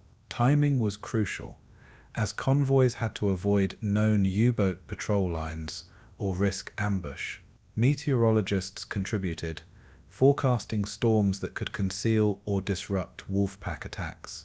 Naval intelligence, aided by codebreakers, provided advance warnings of submarine concentrations. Every convoy was a logistical masterpiece, requiring precision and secrecy. Errors could mean disaster, but coordination steadily improved, making convoys more efficient and less vulnerable. To the casual observer, a convoy was simply a group of ships moving in formation. In reality, it was the result of meticulous planning, where every decision could save or doom thousands of lives. The unseen effort ashore made the system possible, ensuring the lifeline to Britain remained unbroken. The Americans, initially reluctant, quickly embraced the convoy concept after their disastrous early encounters with U-boats. By mid-1942, convoys were enforced along the eastern seaboard, stretching from New York to Miami and into the Gulf of Mexico. This change immediately reduced sinkings, as lone merchantmen became rarities. The U-boats, once confident, now faced layered defenses, aircraft patrols, and coordinated escorts. The learning curve had been steep, but the United States had the industrial might to build escorts and Liberty ships in staggering numbers. Combined with British expertise, the transatlantic alliance created a seamless defensive system spanning the entire ocean. No longer could U-boats attack coastlines with impunity. Every approach was met with resistance. By late 1942, convoy losses were declining even as the number of merchant ships at sea increased. The tide had turned slowly, painfully, but decisively. Convoys became the backbone of Allied survival, a shield without which victory would have been impossible. The lesson had been costly, but it was one the Allies never forgot. By 1943, the convoy system had matured into the decisive factor in the Battle of the Atlantic. Wolfpack still prowled, but their attacks often ended in fierce battles with heavy losses on both sides. Allied escorts, bolstered by technology and numbers, could inflict punishing casualties on submarines, sinking dozens in a single month. Air cover closed the mid-Atlantic Black Gap, denying U-boats their last sanctuary. For the Germans, the campaign became unsustainable, with losses exceeding replacements and morale collapsing among crews. The hunters had become the hunted, and convoys symbolized the shift in naval power. Each convoy that crossed safely represented food, weapons, and reinforcements, sustaining the war effort against the Axis. Without convoys, Britain might have starved. With them, it endured and ultimately triumphed. The convoy system was not merely a tactic, it was the foundation of Allied victory at sea. In the cold waters of the Atlantic, organization and persistence had beaten stealth and surprise. The Wolfpacks had met their match in the disciplined walls of steel and courage. The Battle of the Atlantic was not only a contest of men and steel, but also a relentless duel of invention, where each side sought to outthink and outmaneuver the other with new technology. From the earliest days of convoy defense, the Allies understood that only through innovation could they match the stealth of the U-boat. At the heart of this struggle lay sonar, known then as ADSIC, a device that sent sound waves pulsing into the ocean depths. When those waves bounced back, they revealed the presence of a lurking submarine, though in crude form, and often with frustrating imprecision. At first, sonar gave only range and direction, not depth, forcing escorts to guess how far down their enemy lay. Still, It was a lifeline, transforming blind seas into hunting grounds for alert captains. U-boat commanders soon feared the high-pitched pings echoing through their steel hulls, knowing it meant discovery was close at hand. The struggle between sound and silence defined countless underwater duels, as escorts dropped depth charges in calculated spreads. For the first time, submarines could be tracked rather than merely suspected. Though imperfect, sonar became the first true weapon in the technological war of detection. It marked the beginning of a race that would decide the Atlantic. Radar, meanwhile, opened a new front in the battle for supremacy at sea. While sonar hunted beneath the waves, radar scanned the skies and seas, detecting periscopes, conning towers, and surface submarines even in the blackness of night. Early models were bulky and temperamental, often struggling in stormy weather, but their potential was enormous.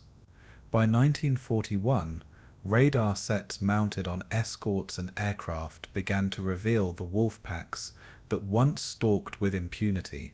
U-boats that surfaced to recharge batteries or shadow convoys under cover of darkness now found themselves spotted at ranges unthinkable just years before. Pilots of long-range patrol planes, guided by radar screens, could swoop down with bombs and depth charges before a submarine could dive. The once safe haven of night had become a perilous trap, forcing commanders to adapt or die. Radar also provided early warning to convoys, spotting incoming aircraft, and sometimes even the outlines of enemy raiders. Each new refinement tightened the noose, reducing the stealth advantage on which the Wolfpacks relied. What had been a war of ambush was turning into a war of exposure. With radar, the Allies could see where once they had been blind. If sonar and radar gave the Allies eyes and ears, high-frequency direction finding, nicknamed Huff Duff, gave them a voice to follow. U-boat operations depended heavily on radio communication, for Admiral Dönitz directed his Wolfpacks with constant signals from headquarters in occupied France. Each order revealed a faint electronic trail, invisible to the naked eye but captured by Allied listening posts. Huff Duff stations on land triangulated signals, plotting the approximate position of transmitting submarines. Escort ships carried smaller sets, allowing them to react instantly to transmissions during convoy battles. For U-boat captains, the radio became both lifeline and liability, a tool of coordination that simultaneously betrayed their presence. Convoys could be rerouted away from danger, or hunter-killer groups sent directly into patrol lines. The ocean, once infinite, shrank with every intercepted signal. Huff Duff turned communication into a battlefield, where even a brief message risked disaster. Combined with radar and sonar, it wove an invisible web across the Atlantic. To fight in silence was to isolate the Wolfpacks. To speak was to risk detection. It was a trap from which there was no escape. Yet the greatest breakthrough of all came not at sea, but in the hidden rooms of intelligence centers, where codebreakers waged their own secret war.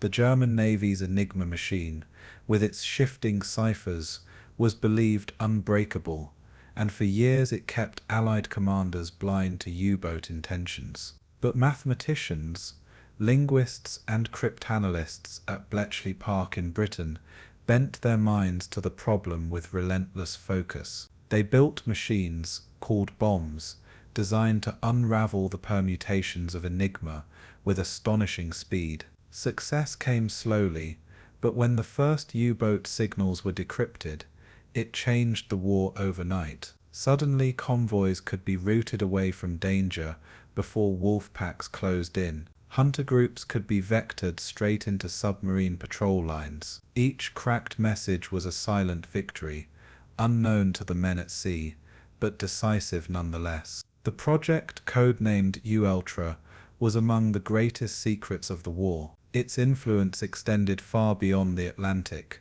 but here it was most critical, saving thousands of lives and millions of tons of shipping. Code breaking was the hidden blade behind the convoy shield. For the Germans, technology became a double-edged sword, promising superiority but often delivering disappointment against Allied innovation. Dönitz relied on radio coordination, not realizing how fatally vulnerable it made his Wolfpacks in the age of Huffduff. He demanded new devices, such as radar detectors, to warn U-boats of approaching aircraft. Early models, like the Menace receiver, gave temporary relief, but were soon countered by changes in Allied radar frequency. Attempts to silence Allied sonar with noisemakers and decoys proved equally inadequate. The Germans developed the Schnorchel, a breathing tube that allowed U-boats to run engines while submerged, but it came too late, and with flaws that limited its use. Meanwhile, Allied bombers blanketed U-boat pens with explosives, while new technology kept patrol planes over the Atlantic longer than ever before. Each German advance seemed to meet an Allied answer, often before it could shift the balance. The once proud hunters found themselves outmatched, their innovations lagging behind the pace of Allied ingenuity. The dream of technological superiority became a nightmare of obsolescence. For the Wolfpacks, the tide of invention was no longer in their favor. The integration of these technologies created a synergy that proved unstoppable. Radar spotted U-boats on the surface, Huffduff tracked their messages, and sonar chased them below once they dived. Aircraft closed the skies above, patrolling with radar and depth charges that denied submarines even a moment of rest. Escort carriers brought air power into the heart of the convoy, extending the deadly reach of detection. Codebreakers at Bletchley Park directed convoys away from danger, sometimes without the sailors knowing why their course had changed. Every layer of defense overlapped, tightening the grip until U-boat survival became a question of luck rather than skill. By 1943, losses among German submarines reached catastrophic levels, with entire Wolfpacks annihilated in single battles. Crews entered the sea, knowing their odds of return had collapsed. For the Allies, the transformation was dramatic. What had once been desperate defense became confident control. The ocean lanes were no longer death traps but guarded arteries of war. Technology wielded with discipline had turned the tide. For the men who lived it, the impact of technology was tangible, changing daily life on both sides. U-boat sailors who once surfaced freely now dreaded the sweep of radar, knowing death could arrive in the dark from an unseen aircraft. The pings of sonar haunted their dives, a reminder that the enemy could hear through the ocean itself. Radio operators hesitated, fearing that each signal might lead escorts straight to their position. In contrast, Allied crews felt growing confidence with each new device, learning to trust the hum of radar screens or the sharp returns of sonar echoes. Young men trained in science became warriors, their skill in operating machines as critical as their courage under fire. The war was shifting from brute force to a contest of intellect and innovation. The crew of a corvette or a long-range Liberator bomber felt that they held not just weapons but the future of the Atlantic in their hands. Technology gave them an edge that multiplied their courage. Each successful defense or sinking reinforced their faith in the machines. The battle became as much about trust in circuits and code as in steel and flesh. By the spring of 1943, the technology race had reached its climax, and the Wolfpacks were losing faster than they could adapt. Convoy battles that once ended in slaughter of merchantmen now concluded with submarines shattered on the seafloor.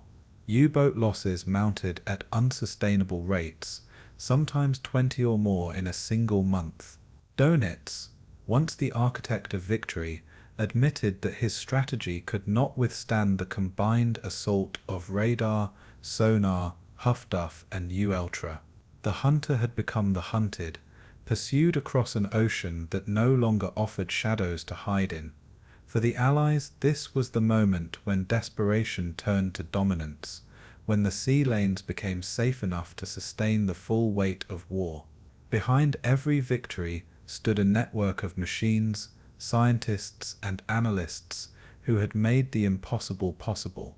The Battle of the Atlantic had been a crucible, proving that technology could shape the outcome of history. In the struggle of Wolfpack and Convoy, invention had outpaced destruction. The tide had turned irreversibly. The war beneath the waves had entered its final phase. By the opening months of 1943, the Battle of the Atlantic had reached a level of intensity unlike anything seen before.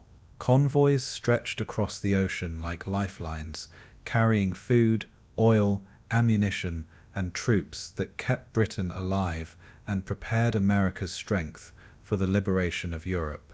Opposing them were hundreds of German U-boats, operating in Wolfpacks that prowled the sea lanes from Iceland to West Africa. For Adolf Hitler and Admiral Karl Dönitz, these submarines represented the one weapon capable of forcing Britain into submission. In January and February, sinkings remained high, with dozens of merchant ships sent to the bottom in single convoy battles. But beneath the surface of these statistics, the balance was beginning to shift. Allied escorts grew in number, their tactics sharper, their radar and sonar more refined. Escort carriers, bringing aircraft into the heart of convoys, extended the deadly reach of protection across previously unguarded waters. The U-boats, once the hunters, began to find themselves increasingly the prey, and 1943, which Dönitz had believed would be his year of decision, instead became the year of reckoning. The heart of this reversal came in the form of intelligence and coordination. Ultra-decrypts of Enigma messages provided Allied commanders with extraordinary foresight, allowing them to reroute convoys away from massed Wolfpacks. On land, the Western Approaches Command in Liverpool became the nerve center of the Atlantic War, coordinating convoys with the precision of a vast chessboard. Air patrols filled more and more of the mid-ocean gap, the so-called airless black hole that had once offered U-boats sanctuary. Liberator bombers, fitted with radar and long-range fuel tanks, began to scour the seas from Newfoundland to Ireland. At sea, hunter-killer groups formed around escort carriers, seeking out submarines rather than waiting for them to strike. In battle after battle, the Allies combined sonar, radar, and huff-duff into a seamless web of detection. For the U-boats, there were fewer shadows left in which to hide. Their commanders complained that every maneuver seemed anticipated, every refuge compromised. What had been a silent war now rang with constant pursuit. The tables were turning rapidly. The decisive moment arrived in the spring of 1943, when a series of convoy battles demonstrated the new reality of the Atlantic. Convoys SC-118, HX-229, and SC-122 were attacked by massive Wolfpacks, involving over 40 U-boats at a time. For a brief moment, the ferocity of these battles suggested that the German strategy still held promise. Dozens of merchantmen were sunk, and panic rippled through shipping lines. But the cost to the U-boats was staggering, with many failing to return to their bases on the French coast. Escort vessels, using sonar and radar in coordination, hunted submarines with ruthless efficiency. Aircraft swooped down at night, guided by radar beams that pierced the darkness. Each German success was matched by greater losses, eroding the striking power of the fleet. By April, Dönitz recognized the scale of the disaster. His proud armadas were being torn apart faster than they could be replaced. It was no longer a contest of endurance, but a battle of annihilation, and the U-boats were losing.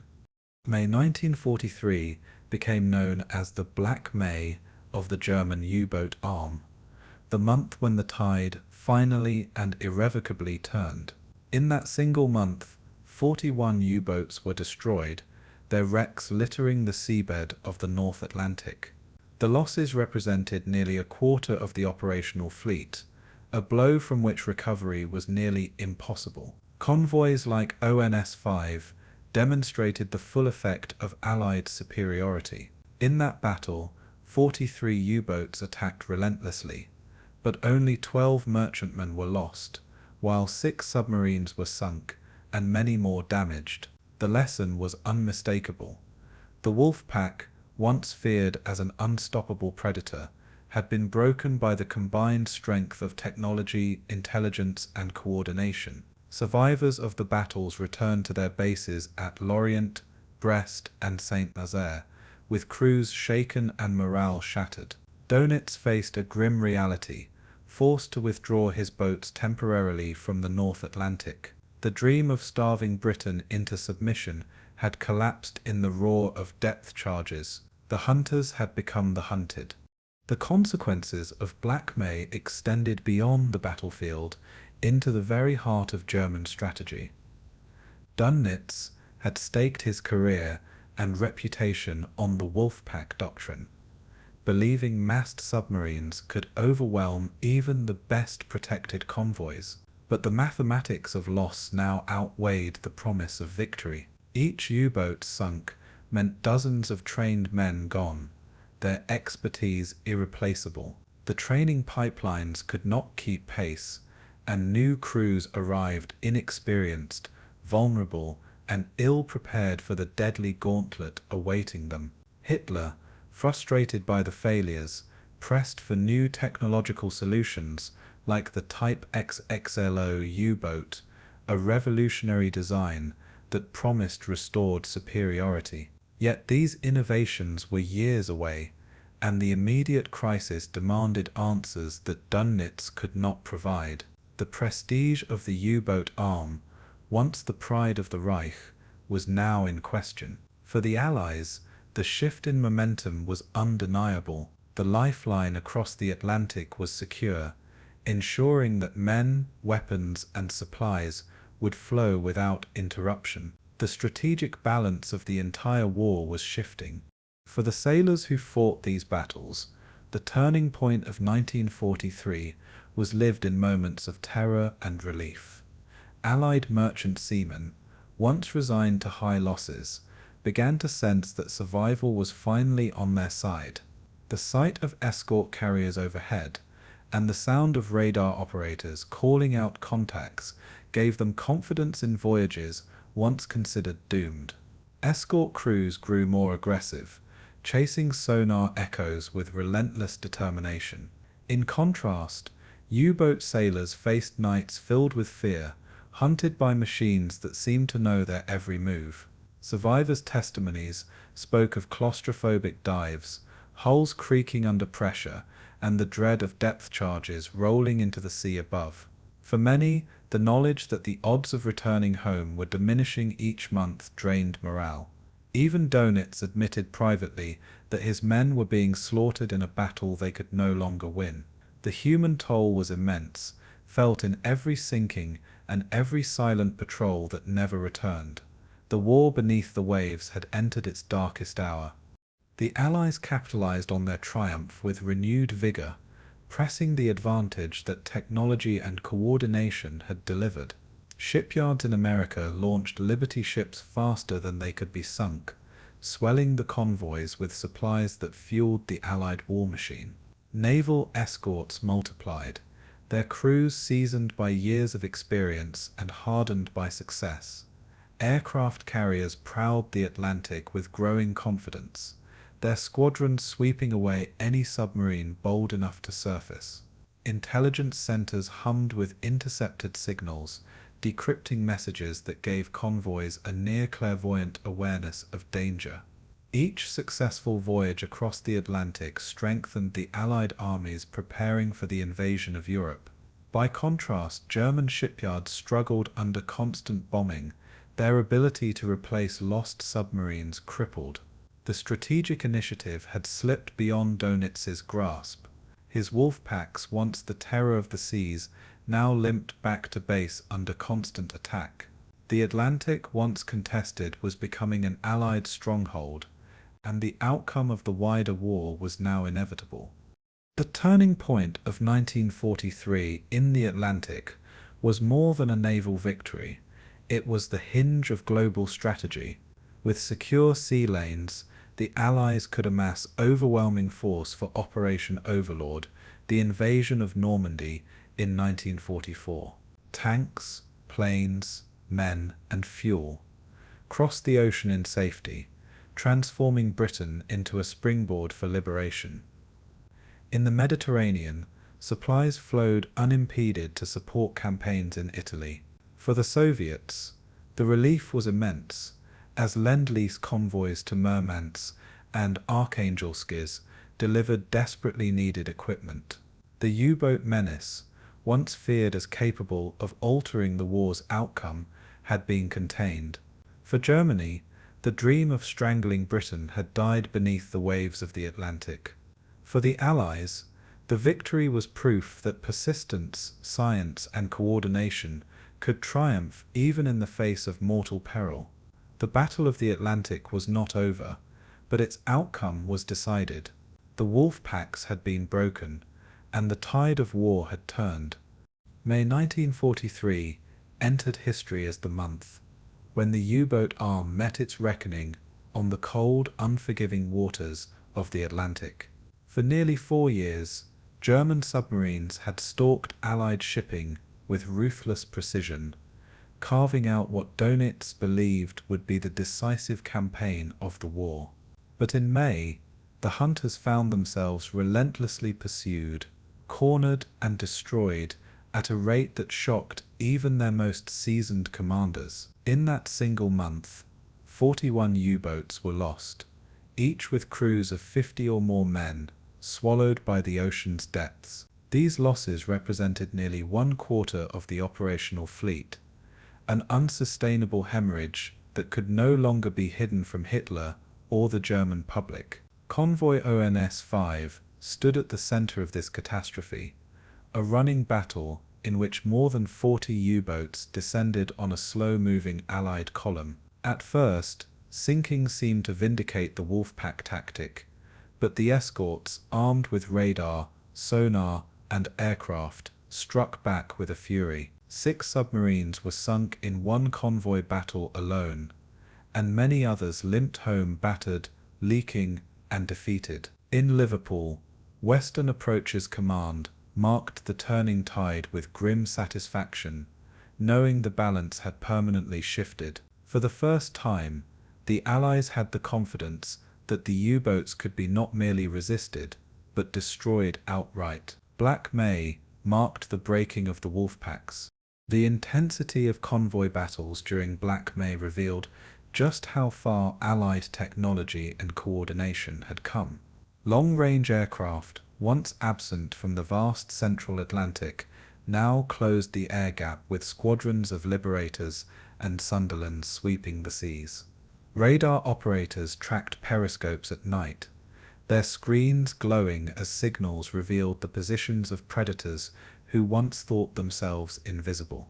Escort carriers brought the power of airstrikes directly into convoy formations, circling above to deter or annihilate submarines attempting to surface. Destroyers and corvettes, once tentative in their hunts, now attacked aggressively, dropping depth charges with precision guided by sonar and Huff-Duff direction finding. The German advantage of surprise had evaporated, replaced by constant exposure. U-boat commanders complained that Allied escorts seemed to know their every move, appearing at the exact moment they thought themselves safe. Communications security, once believed impenetrable, had been compromised by U-ultra decrypts, giving the Allies uncanny foresight. Each failed attack drained morale further, with survivors realizing they were no longer predators but prey. The Wolfpack doctrine that had defined Dönitz's strategy was now unraveling in the relentless storm of Allied countermeasures. Black May was the proof that the tide of the Atlantic War had irreversibly turned. The human cost of Black May was staggering, with thousands of German sailors vanishing into the deep. Each U-boat carried around 50 men, meaning the loss of 41 submarines equated to nearly 2,000 lives extinguished in just 31 days. Survivors were rare, often pulled from freezing waters by Allied escorts, only to become prisoners of war.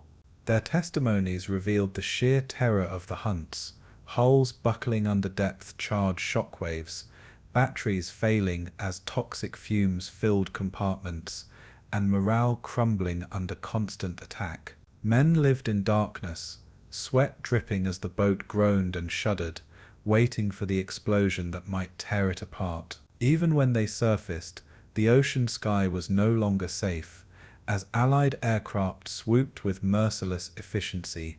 The once legendary esprit de corps of U-boat crews faltered, their songs and traditions drowned by despair. In Germany, families waited in vain for letters from loved ones who would never return. Dönitz, who had built his reputation on loyalty to his men, faced the unbearable burden of watching them die in droves. Black May was not just a tactical defeat, it was a human tragedy of epic proportions. The myth of the invincible U-boat arm had been shattered by sacrifice and loss. Convoy on S5 epitomized the new reality. A clash that spanned a week in late April and early May. 43 U-boats assembled to annihilate the slow convoy, believing their numerical strength would overwhelm the escorts. At first their success seemed certain as merchantmen burned in the night, their crews scrambling into lifeboats amid chaos. Yet the escorts fought with grim determination, their radar and sonar guiding them unerringly to their attackers. Destroyers like HMS Duncan and corvettes like HMS Pink unleashed relentless depth charge barrages that tore apart U-boats one after another. Aircraft joined the battle, dropping bombs and strafing the waves as the Germans attempted to regroup. By the battle's end, 12 merchant ships had been sunk, but the price for the U-boats was catastrophic. 6 destroyed, several others crippled, and morale gutted. For the Allies, the outcome was a revelation, showing that even against massive Wolfpack concentrations, convoys could prevail. For the Germans, it was the writing on the wall, proof that no number of submarines could overcome Allied coordination. The legend of U-boat dominance ended amid the wreckage of ONS-5. Black May was the breaking point. Dönitz, watching the slaughter unfold, faced his most difficult decision of the war. His strategy of massed Wolfpacks, which had carried such promise, was now revealed as fatally flawed in the face of Allied supremacy. Reports poured in from the Atlantic, submarines sunk before they reached their hunting grounds, convoys slipping through untouched, and commanders refusing to take reckless risks with untrained crews. In desperation, he ordered a temporary withdrawal of U-boats from the North Atlantic, acknowledging that continued operations meant only massacre. The retreat was both a strategic necessity and a devastating admission of failure. For the Allies, it was the ultimate validation of their efforts, proof that years of technological innovation and sacrifice had borne fruit. For the German High Command, it was a humiliation, stripping away the one weapon that had once offered hope of starving Britain into submission. Hitler, ever impatient, demanded new solutions, but the promised Type XX-1 Wonder U-boat remained years from deployment. Dönitz had lost the initiative, and with it the chance to alter the war's course. Black May forced Germany's naval command to confront the reality they had long denied. The U-boat arm was broken. The ripple effects of Black May extended far beyond the Atlantic itself. With secure sea lanes, Allied planners could commit to operations on a scale previously unimaginable. The build-up for Operation Overlord, the invasion of France, depended on an uninterrupted flow of supplies across the ocean. American factories churned out tanks, trucks, and aircraft, knowing they would reach Britain safely.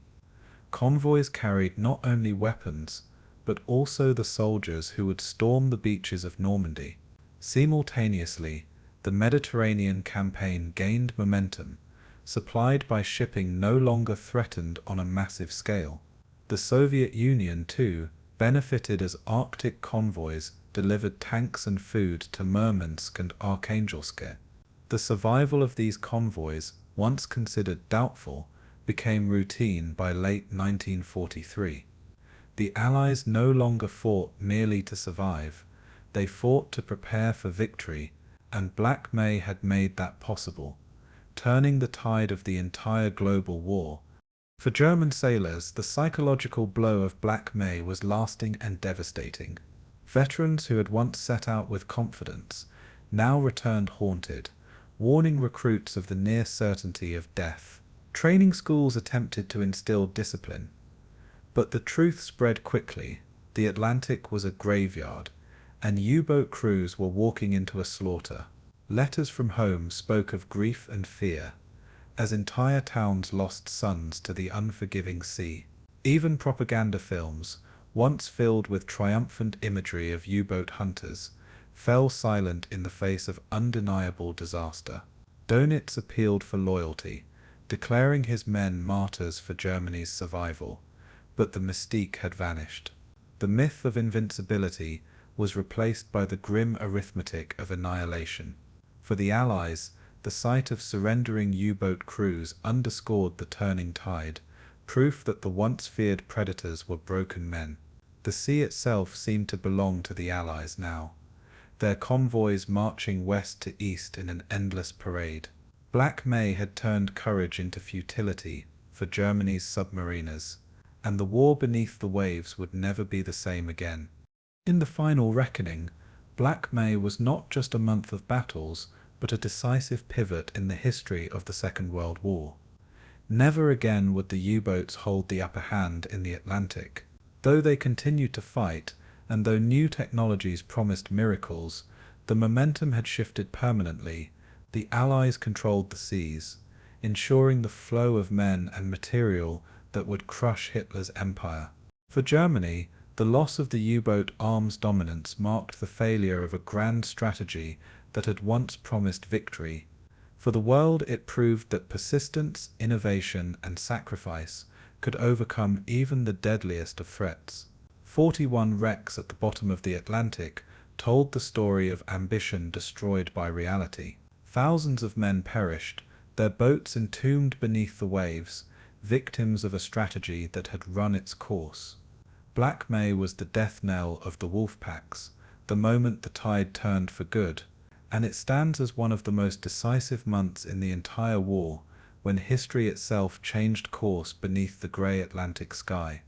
While the Battle of the Atlantic raged at its fiercest, the U-boats were never confined to a single theatre of war. From the earliest days of the conflict, Karl Dönitz recognized the need to extend operations into other seas, spreading Allied defenses thin and striking vulnerable shipping routes. The Arctic convoys, bound for Murmansk and Arkhangelsk, became lifelines for the Soviet Union, and thus prime targets for German submarines. In the Mediterranean, Axis ambitions depended on maintaining supply lines to North Africa, where Rommel's Afrika Korps fought desperately against the British Eighth Army. Meanwhile, as the war widened into a global conflict, German submarines sailed as far as the Indian Ocean, seeking Allied shipping lanes stretching from South Africa to India. This diversification of operations demonstrated both the ambition and the desperation of the Kriegsmarine, which sought every opportunity to pressure the Allies. Each theatre carried unique challenges, from the icy waters of the Arctic to the sunlit but heavily patrolled Mediterranean. The U-boats that ventured into these seas carried with them the same doctrine of stealth and sudden destruction, but often found themselves up against new enemies and unexpected conditions. What unfolded was a story of innovation, courage, and gradual decline, as Germany's submariners discovered the limits of their reach. Beyond the Atlantic, the war beneath the waves entered strange and unforgiving arenas. The Arctic convoys were among the most dangerous routes of the entire war, and U-boats played a central role in their bloody saga. Beginning in 1941, convoys laden with tanks, trucks, food, and aircraft set sail from Britain and Iceland, braving storms and ice to reach the Soviet North. U-boats patrolled these frigid waters alongside surface raiders like the battleship Tirpitz, seeking to sever the flow of supplies that Stalin demanded.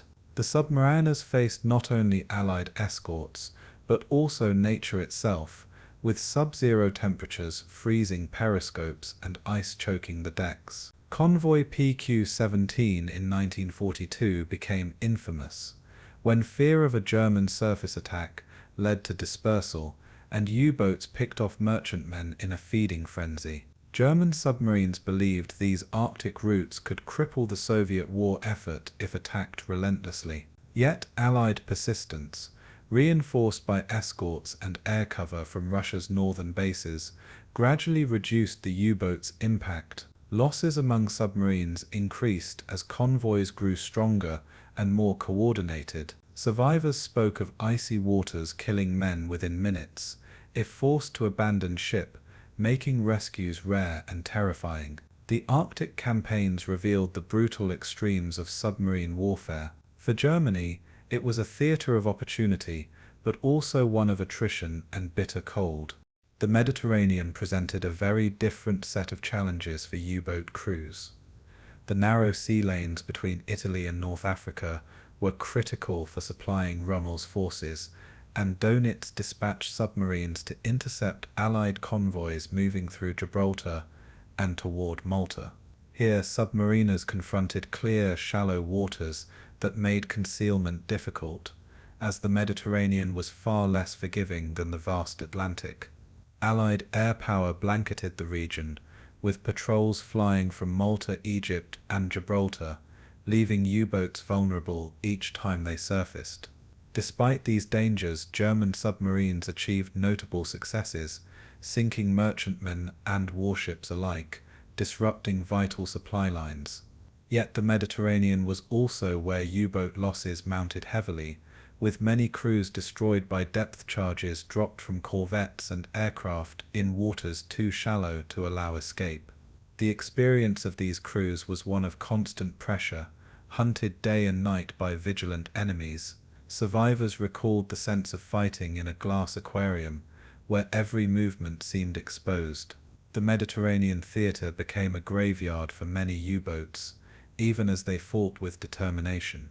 For the Kriegsmarine, it was a costly but necessary extension of their campaign. The submarine war in the Mediterranean symbolized both daring and futility.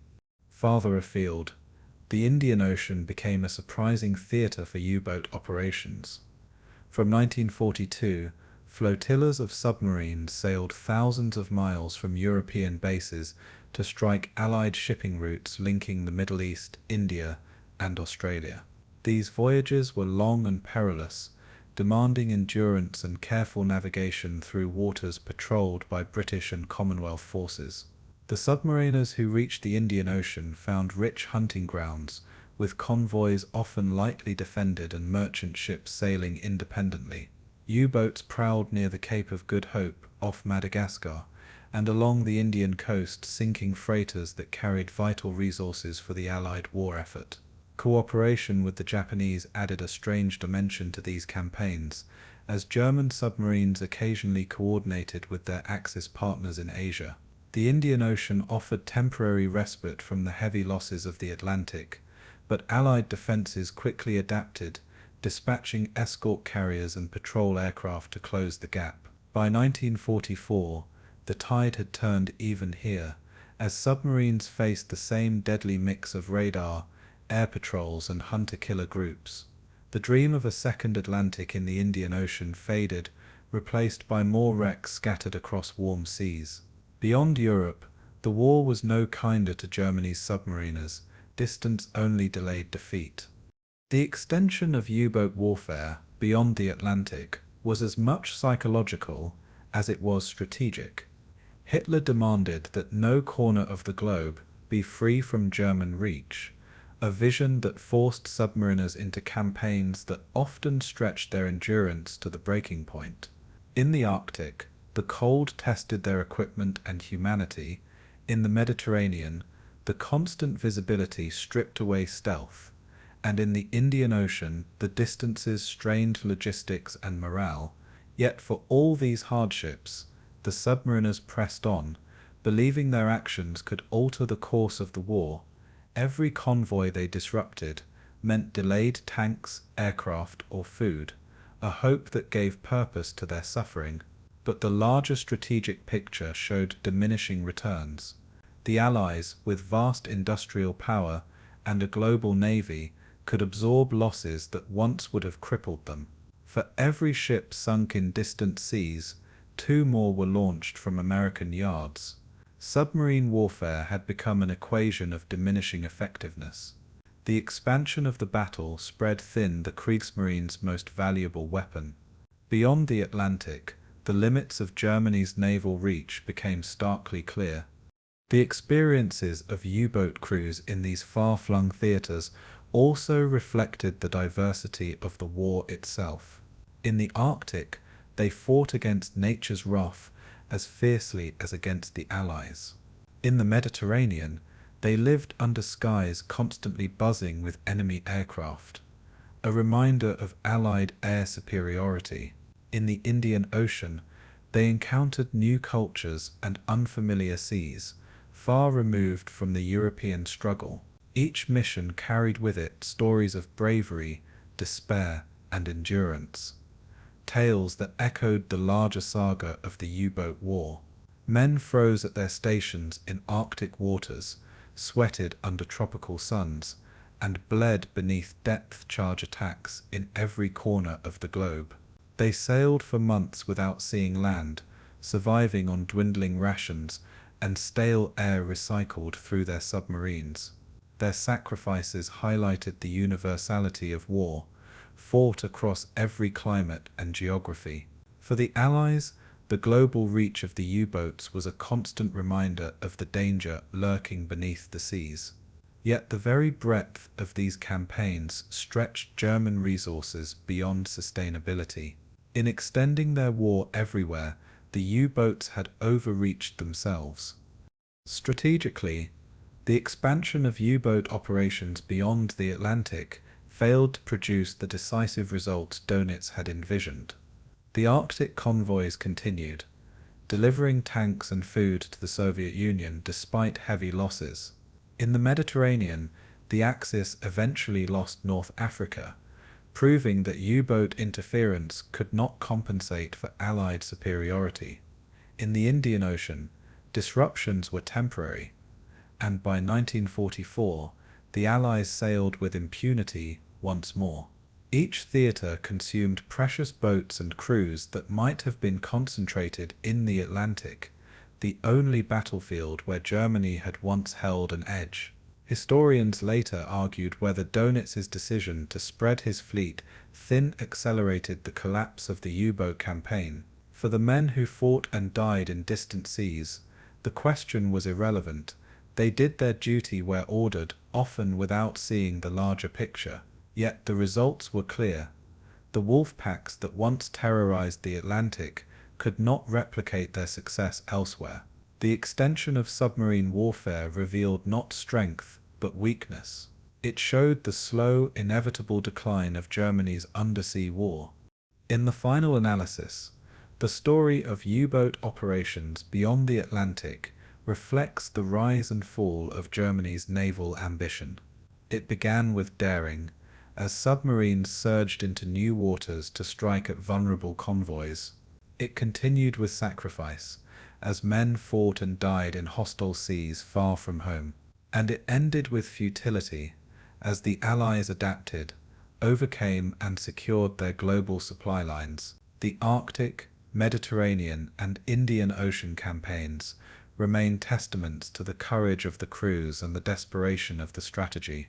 Each wreck scattered across icy, shallow, or tropical waters stands as a silent monument to lives lost in a doomed cause. Beyond the Atlantic, the Wolfpacks found not triumph, but the limits of their reach. The dream of global dominance by submarine dissolved into defeat. The Allies held the oceans, and the war turned inexorably against Germany. What remained was the memory of extraordinary endurance, set against the futility of a strategy that could no longer deliver victory. The Wolfpacks, once feared everywhere, were now hunted everywhere. By 1942, the Allies realized that victory at sea would not come solely from clever tactics or advanced technologies.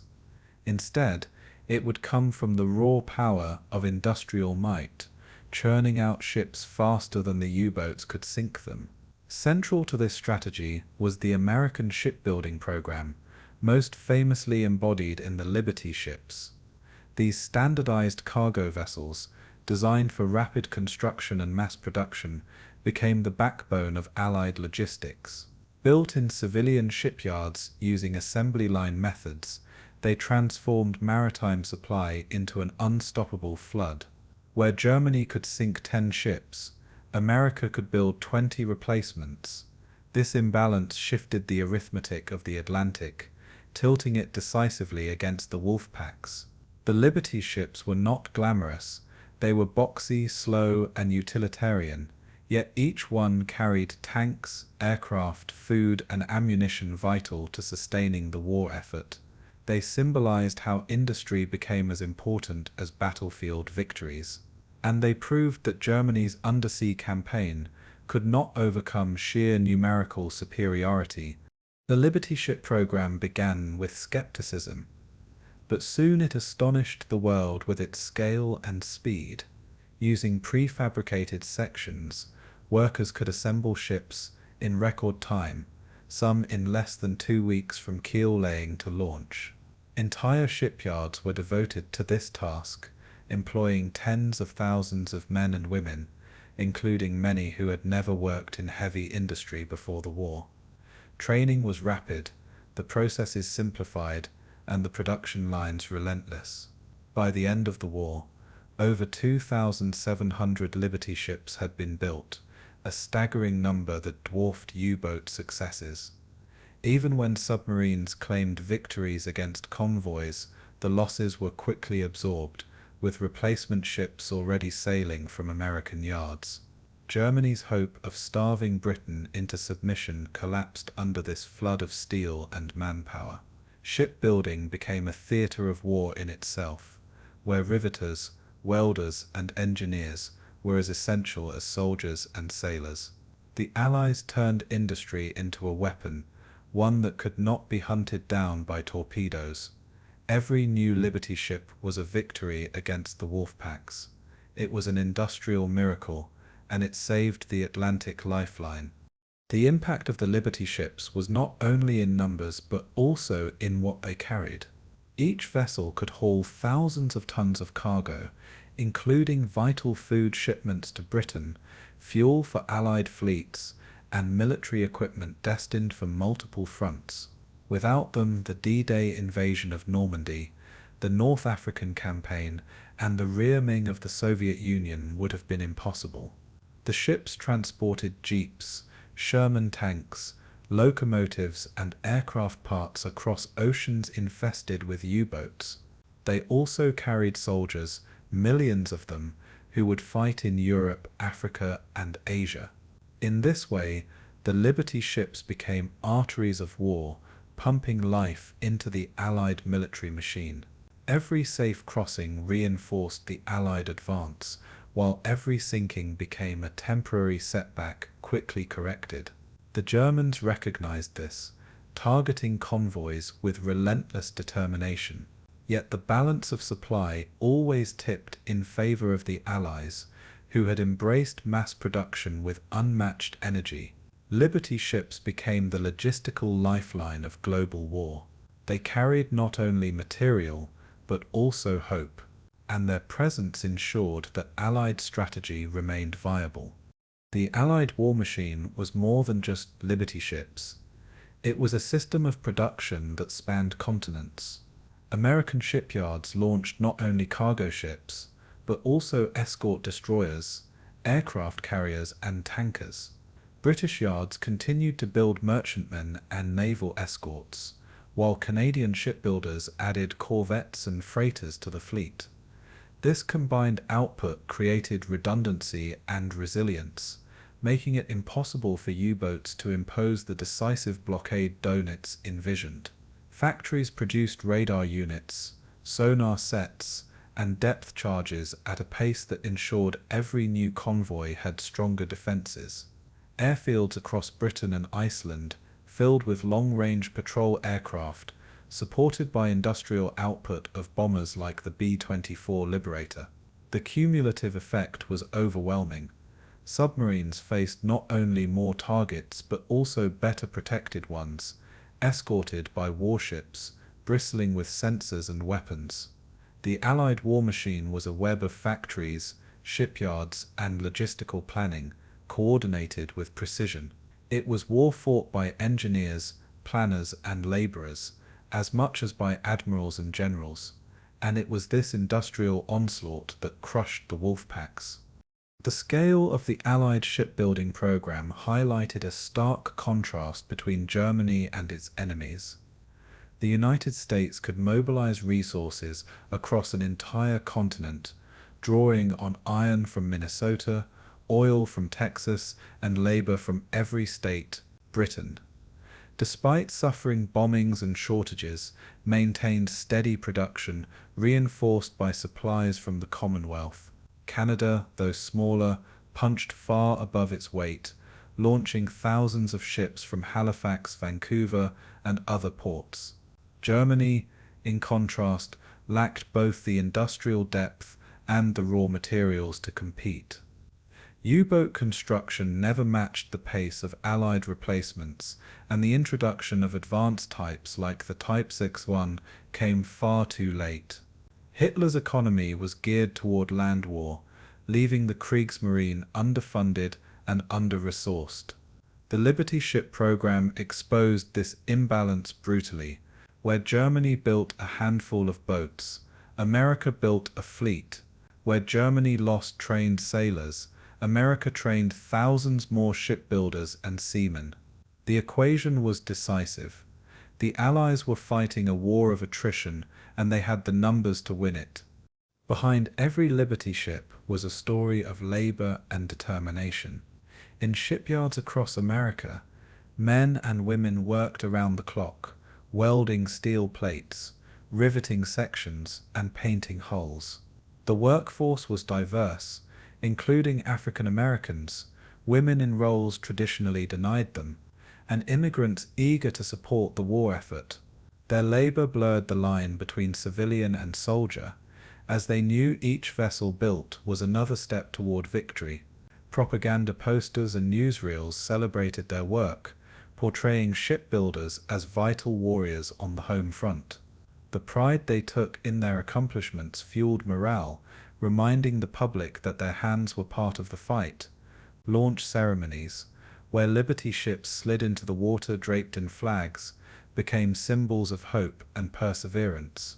For many workers, it was their first taste of industrial labor, yet they adapted quickly under the pressure of wartime necessity. Shipyards became cities unto themselves, humming with activity day and night. The Liberty ships were steel embodiments of this collective effort, and they proved that modern war was won as much by factories as by fleets. The success of the Allied war machine created a profound strategic shift in the Battle of the Atlantic. Dönitz's vision of starving Britain into submission by severing its lifelines was shattered. No matter how many ships the U-boats sank, more replacements emerged, often before the loss was even fully accounted for. Convoys grew stronger, more numerous, and increasingly difficult to penetrate. By 1943, the Wolfpacks faced not just escorts, but also overwhelming industrial momentum. The balance of power had shifted irreversibly, with the Allies flooding the seas with steel and supplies. The Liberty ships embodied this momentum, a tide that no submarine force could stem. Even when Allied losses spiked during Wolfpack attacks, The supply system remained resilient. Factories never stopped, yards never closed, and the flow of ships never slowed. For Germany, this meant the strategic initiative was permanently lost. The war at sea had become a war of production, and in production the Allies were unassailable. In retrospect, the Allied war machine demonstrated the decisive role of industry in modern warfare. Victory at sea did not come from a single battle, but from the relentless replacement of losses and the continuous strengthening of defenses. Liberty ships, mass-produced and unassuming, symbolized the triumph of quantity over the terror of U-boats. They sailed in convoys that stretched beyond the horizon, carrying the material that made D-Day, the Eastern Front offensives, and the final push into Germany possible. Without them, the Allies could not have sustained their armies or supplied their allies. The Wolfpacks, once feared predators, were slowly starved of opportunity, outmatched not by daring but by steel. The Allied war machine turned the tide, proving that factories could be as powerful as fleets. It was not only men with rifles and sailors at sea who won the war, but also riveters, welders, and machinists who never left their home ports. This industrial miracle ensured that supply lines endured and victory remained within reach. In the end, the Liberty ships and their kin sank the Wolfpacks more surely than depth charges ever did. The war machine had spoken, and it spoke in overwhelming numbers. The story of the U-boat war is not only one of strategy, technology, and industrial might, it is also a story written in human suffering and sacrifice. Beneath the statistics and tonnage charts lay the lives of young sailors, most of them barely out of adolescence, who were cast into the most dangerous branch of the German armed forces. U-boat service carried a mystique in Nazi propaganda, portraying its sailors as the knights of the deep, daring hunters striking at the heart of the British Empire. But the grim reality was far removed from these illusions. By the end of the war, nearly 40,000 men had served aboard U-boats, and of those more than 30,000 would never return. This staggering casualty rate of over 70% made U-boat service the most lethal assignment of the Second World War. Every patrol became a roll of the dice, with long odds against survival as the Allies' grip on the Atlantic tightened. Submariners knew that their steel coffin might become their grave at any moment. Yet they sailed, driven by duty, fear, indoctrination, or simple resignation.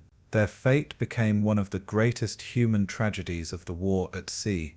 Life aboard a U-boat was grueling even before enemy action. Crews lived in impossibly cramped quarters, with no privacy, little fresh air, and a constant atmosphere of dampness and diesel fumes. Fresh food ran out within days, leaving sailors to subsist on canned rations, often spoiled by the heat of the engine room. Sanitation was primitive, with one small toilet shared by dozens of men, often out of order after the first days at sea. Sleep came in shifts, with men sharing bunks in a system called hot bunking, where one man slid into a still warm bed vacated by another. The psychological toll was immense, compounded by weeks of silence, boredom, and the ever-present knowledge that death might arrive in an instant. When the depth charges fell, the crew could do little but wait as the submarine groaned and rivets popped under pressure. Each blast could mean the end, and yet, paradoxically, long stretches of calm bred their own kind of torment. The human cost was not measured only in death, but in the slow erosion of sanity. Service in the U-boats was a relentless assault on body and mind, and still, thousands of men volunteered, many believing they were serving a higher cause. For families back in Germany, the cost was measured in long silences, and telegrams bearing the black seal of loss. Mothers, wives, and children lived with the gnawing uncertainty of whether their loved one would return from the sea.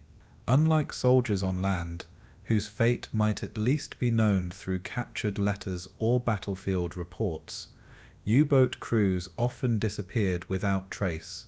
A submarine lost in the Atlantic left no survivors, no graves, and no closure. Families were left in a limbo of grief, clinging to hope that sometimes stretched into years. The Nazi regime sought to cloak these losses in glory, holding ceremonies that emphasized heroism rather than despair. Yet behind closed doors, the grief was raw, unadorned, and unending. The sheer number of families affected, tens of thousands across Germany, created a silent sea of mourning. In port cities like Kiel and Hamburg, whole neighborhoods felt the sting of loss. The war beneath the waves left scars not only on sailors, but on an entire nation's households. The human cost rippled far beyond the cramped hulls of the U-boats themselves. Even among survivors, the toll of U-boat service remained etched for life. Men who endured multiple patrols carried deep psychological wounds, sometimes unseen but always present. Many suffered from what we now recognize as post-traumatic stress disorder, haunted by the memory of depth charge attacks or the cries of dying shipmates. The smell of diesel, the sound of rushing water, or even a simple storm at sea could trigger panic decades after the war. Survivors recalled nights when silence was broken only by the creaks of their hull and the distant pings of sonar searching for them. Every ping meant discovery. Every pause in the barrage meant the hunters were still nearby. Even when they returned to port, the knowledge that dozens of comrades would never see land again cast a shadow over each homecoming. For many, the guilt of survival was heavier than the medals pinned to their chests. They asked why fate had spared them when so many others were lost. This survivor's burden became another dimension of the human cost. It ensured that victory for them always felt incomplete. There were moments of fleeting humanity, even in the merciless struggle. Some U-boat crews, upon sinking merchant ships, tried to aid survivors, tossing rafts or supplies before slipping away. Yet, as the war intensified and Hitler demanded ruthless efficiency, such gestures became increasingly rare. Allied survivors often remembered the haunting sight of U-boats surfacing in the moonlight, their crews watching silently before vanishing into the night. For the submariners themselves, these encounters carried their own kind of torment. They were men, not machines, and they knew they were condemning others to death by cold or starvation. The line between predator and victim blurred as both sides suffered from the sea's indifference. Many U-boat sailors confessed after the war that the cries of drowning men echoed in their dreams for the rest of their lives. This invisible wound was as devastating as any physical injury. For some, it eroded their faith in the war entirely, and for others it hardened them, numbing them against compassion. In either case, the cost was borne not just in bodies, but in souls. The magnitude of U-boat losses stunned even their commanders. Carl Dönitz, architect of the Wolfpack strategy, referred to his crews as the Grey Wolves and believed in their sacrifice with almost religious fervor. Yet as the casualty lists mounted, even he struggled with the weight of command. By 1943, he knew that sending men into the Atlantic was increasingly a sentence of death. Still, he pressed on, convinced that Germany's survival depended on it. The sailors followed, not always out of loyalty to Hitler, but from discipline, comradeship, or lack of choice. In his post-war writings, Dönitz tried to cloak the losses in terms of honor and duty, but the raw numbers betrayed the truth. The U-boat arm had become a slaughterhouse, consuming the lives of its finest young men at a rate no military branch could sustain. For the men who fought, the price of obedience was almost always paid in full. They were trapped in a machine larger than themselves, and it chewed them to pieces. Leadership's faith in strategy, demanded a human payment few could comprehend, and that payment was delivered in tens of thousands of lives. Stories of individual survival brought the human cost into sharp focus. Sailors who escaped sinking submarines often endured unimaginable ordeals. Some floated for days in the Atlantic, clinging to wreckage, watching comrades slip beneath the waves one by one. Others were captured and spent years in Allied prisoner-of-war camps, haunted by the fate of their lost boats. A few rare survivors were picked up by rescue ships, their tales revealing the terror of steel breaking under depth-charge attack.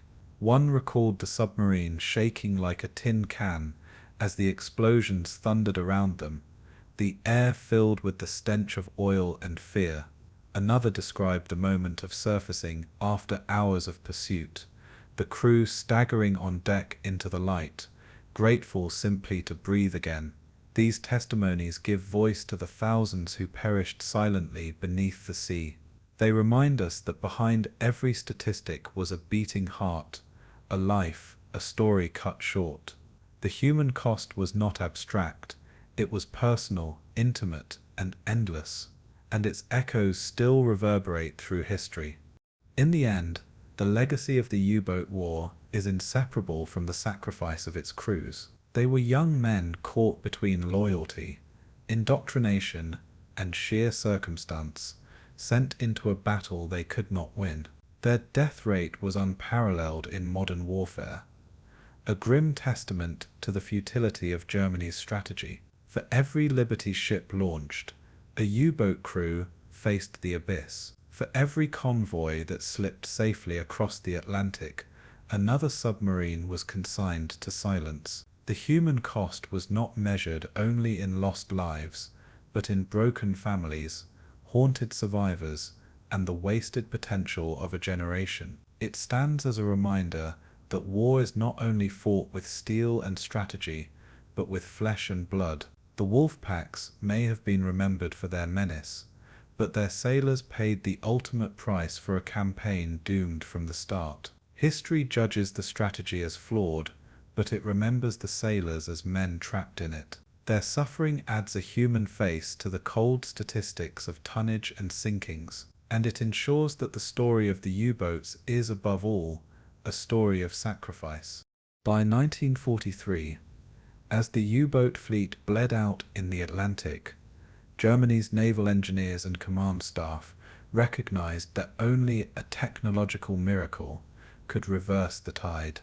The traditional designs of the Type 7 and Type 9 boats, once deadly predators, had become obsolete against Allied radar, sonar, and relentless escort carriers. The answer emerged from the drawing boards in the form of the Type decisive, a submarine so advanced it was often described as decades ahead of its time.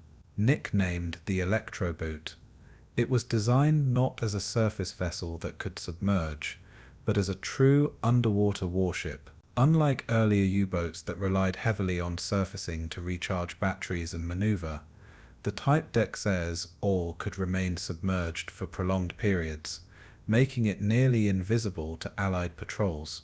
Its streamlined hull, free of traditional deck guns and clutter, was optimized for speed and stealth beneath the waves.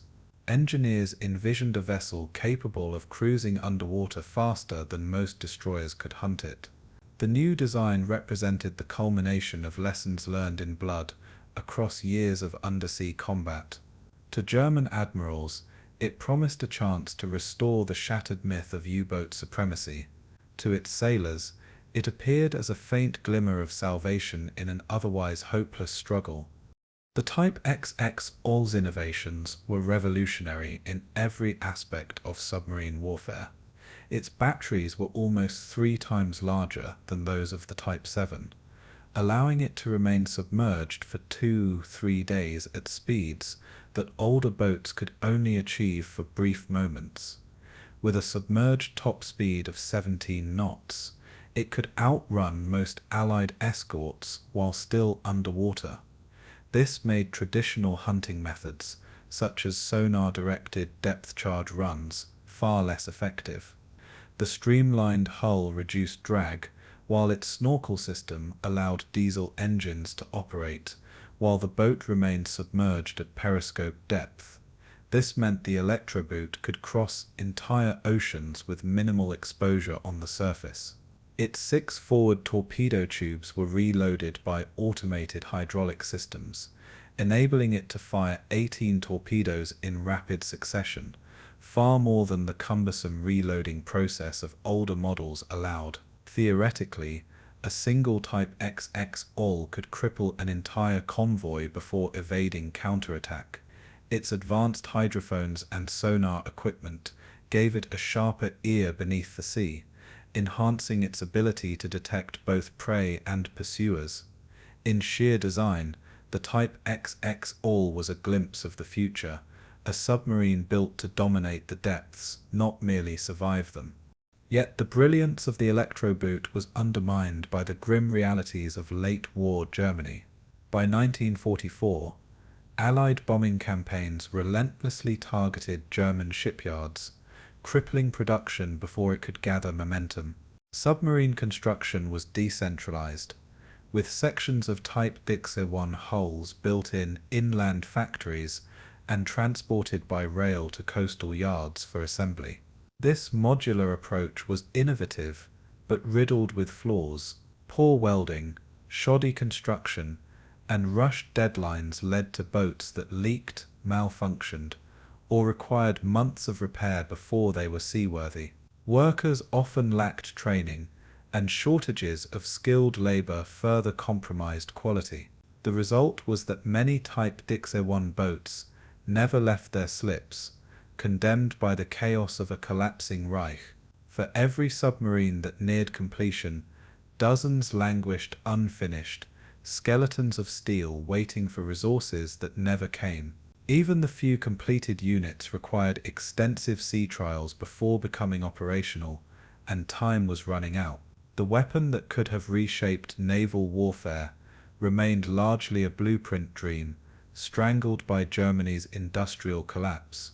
The sailors who trained on the new electroboot were both awed and frustrated by what they saw. For young recruits, stepping aboard a Type XX was like walking into a vessel from another age. The spacious compartments contrasted sharply with the suffocating confines of earlier U-boats. Air conditioning, refrigeration, and improved bunks made life marginally more bearable, though conditions were still harsh by civilian standards. Most importantly, they felt the thrill of commanding a weapon unmatched by any navy in existence. For veterans who had survived the horrors of depth-charge hunts in Type C, the electroboot represented redemption, a chance to fight back on equal terms. Yet many realized bitterly that they were too late. By the time the Type C-1 began sea trials in late 1944, Allied control of the Atlantic was absolute. Convoys were escorted by aircraft, hunter-killer groups, and sonar-equipped destroyers stretched across the ocean. The men trained, prepared, and waited, but few would ever take their new submarine into combat. Their revolution had arrived in a war already lost. The handful of Type XX OLV boats that did enter the Atlantic offered only glimpses of their potential. Lys 2511, commanded by Adalbert Schnee, conducted its first and only patrol in the dying days of the war. According to reports, Schnee approached a British cruiser undetected, lining up a perfect firing solution. Instead of firing, he followed his orders to disengage, as Germany had already surrendered. His crew watched in silence as the future of submarine warfare slipped away without a shot fired. Other electroboot completed shakedown cruises, but never engaged Allied convoys. Allied intelligence, however, was keenly aware of the new threat. When captured intact after the war, Type XXX OLV boats shocked naval experts with their design and performance. The realization dawned that had these vessels entered service even a year earlier, the Battle of the Atlantic might have taken a far bloodier course. But fate had intervened, and Germany's miracle weapon had arrived too late. The electroboot became not a decisive tool of victory, but a symbol of lost opportunity. Allied navies wasted no time in dissecting their captured prizes. Britain, the United States, and the Soviet Union each took possession of Type decisive boats and studied them in exhaustive detail. Their findings influenced the post-war submarine fleets of every major power. Navy's Guppy Greater Underwater Propulsion Power Program modernization, which upgraded its older fleet boats, drew heavily on Type decisive war concepts.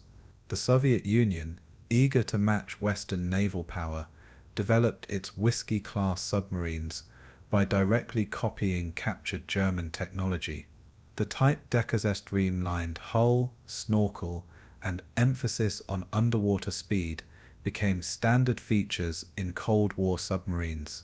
In effect, the electro-boot did not win battles for Germany, but laid the foundation for modern undersea warfare. From the nuclear-powered Nautilus to today's fast attack subs, the shadow of the Type decasive was unmistakable. It was the war's ultimate paradox, a weapon too late to save its creators, but timely enough to revolutionize the future. In its steel lines, one could glimpse the Cold War before the Second World War had even ended. For Karl Dönitz, the electroboot became both vindication and torment. He had long argued that Germany needed hundreds of advanced submarines to crush Britain's sea lanes. The Type XX-1 seemed to prove his point, offering capabilities his Wolfpacks could only dream of. Yet he also knew that the design's arrival in 1945 was meaningless. His submariners were already dead, his fleet shattered, and the Reich collapsing around him. In post-war reflections, Dönitz would point to the electroboot as evidence that Germany could have won, had the program begun earlier. Critics countered that even advanced submarines could not have outpaced Allied industry and code-breaking. Still, the myth of the wonder weapon lingered, giving post-war Germany a narrative of technical genius, stifled by poor timing. For the sailors who never sailed them, however, the electroboot was less a dream, and more a cruel reminder of opportunities wasted. It showed them what might have been, but not what was. In the end, the Type XX electroboot stands as one of history's great what-ifs. It embodied the ingenuity and desperation of a nation clinging to fading hope.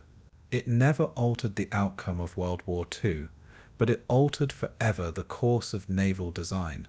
The human cost of the U-boat war had already been paid, but the lessons distilled into this final submarine rippled outward into the future.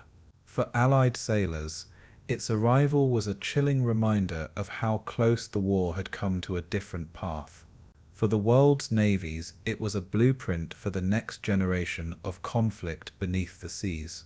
Its story is thus not one of triumph, but of transition. From the ashes of defeat, the Type XXXX Colby injury gave birth to the modern submarine age. And in this strange paradox, Germany's last gamble became the world's future foundation. The electroboot, too late for one war, became the silent architect of the next. By late 1944, the once feared Wolfpacks of the Atlantic had been reduced to shadows of their former selves. Allied air patrols stretched across vast expanses of ocean, their long-range Liberators and Sunderland flying boats covering waters that had once been safe havens for U-boats. Escort carriers, bristling with aircraft, now sailed alongside convoys, ensuring that no submarine could approach undetected. Destroyer escorts and corvettes prowled with advanced sonar, their crews skilled in hunting submerged enemies. The seas had transformed from a hunting ground into a graveyard for German submariners. Orders from Karl Dönitz still demanded aggressive action, but many captains knew their missions were suicide. Patrol zones once rich with unprotected shipping now offered nothing but danger. Every attempt to assemble Wolfpacks ended with U-boats scattered, destroyed, or forced into desperate evasions, German command, trapped by ideology and denial, continued to send boats into waters they no longer controlled. For the crews, the Atlantic had become a silent coffin, sealing them in steel beneath the waves. The introduction of Allied centimetric radar rendered the ocean transparent in ways U-boat commanders had once thought impossible. Aircraft could detect even the thin periscope or snorkel of a submarine from miles away, swooping in with rockets and depth charges before the Germans had time to react. The snorkel, intended as salvation by allowing boats to remain submerged while recharging, became a liability, betraying their presence to radar operators. Crews endured suffocating conditions when forced to remain deep for days at a time, stale air thick with carbon dioxide. Patrols became tests of endurance, with men gasping for fresh air while listening to the relentless ping of sonar above.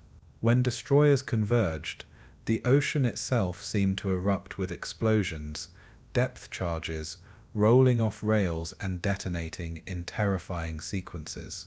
Each blast shook the hull, showering men with dust and rivets as gauges rattled violently. Fear became constant, a companion as real as hunger or exhaustion. What had once been dangerous but exhilarating hunting expeditions turned into long marches to near certain death. The hunters had become the hunted, and the oceans no longer belonged to them. By this stage of the war, the casualty rate among U-boat crews reached staggering levels. Over 70% of submariners would never return from their patrols, making theirs one of the deadliest assignments in any branch of service during the conflict. The average lifespan of a new U-boat crewman was often measured in weeks, not months. Entire boats vanished without trace, leaving families in Germany waiting endlessly for men who would never return. Survivors spoke of the eerie loneliness of hearing depth charges detonate far above while they sat helplessly beneath the sea. In mess halls back in Germany, empty seats multiplied as returning crews dwindled. Dönitz himself acknowledged the sacrifice, referring to his submariners as the best men of the Reich. Yet even his words offered little comfort, for they knew they were being asked to die for a war already lost. Still, discipline and camaraderie drove them forward into the Black Atlantic. In silence, they prepared themselves for patrols they understood were missions of despair rather than hope. Wolfpacks, once symbols of synchronized fury, became increasingly impossible to coordinate. Allied radio direction finding tracked German transmissions with deadly accuracy, ensuring that any boat sending signals risked immediate counterattack. Where once 10 or 20 U-boats could converge on a convoy, by 1944, such efforts ended in destruction before they had even formed. The Atlantic battlefield now favored stealth and evasion rather than coordinated assault.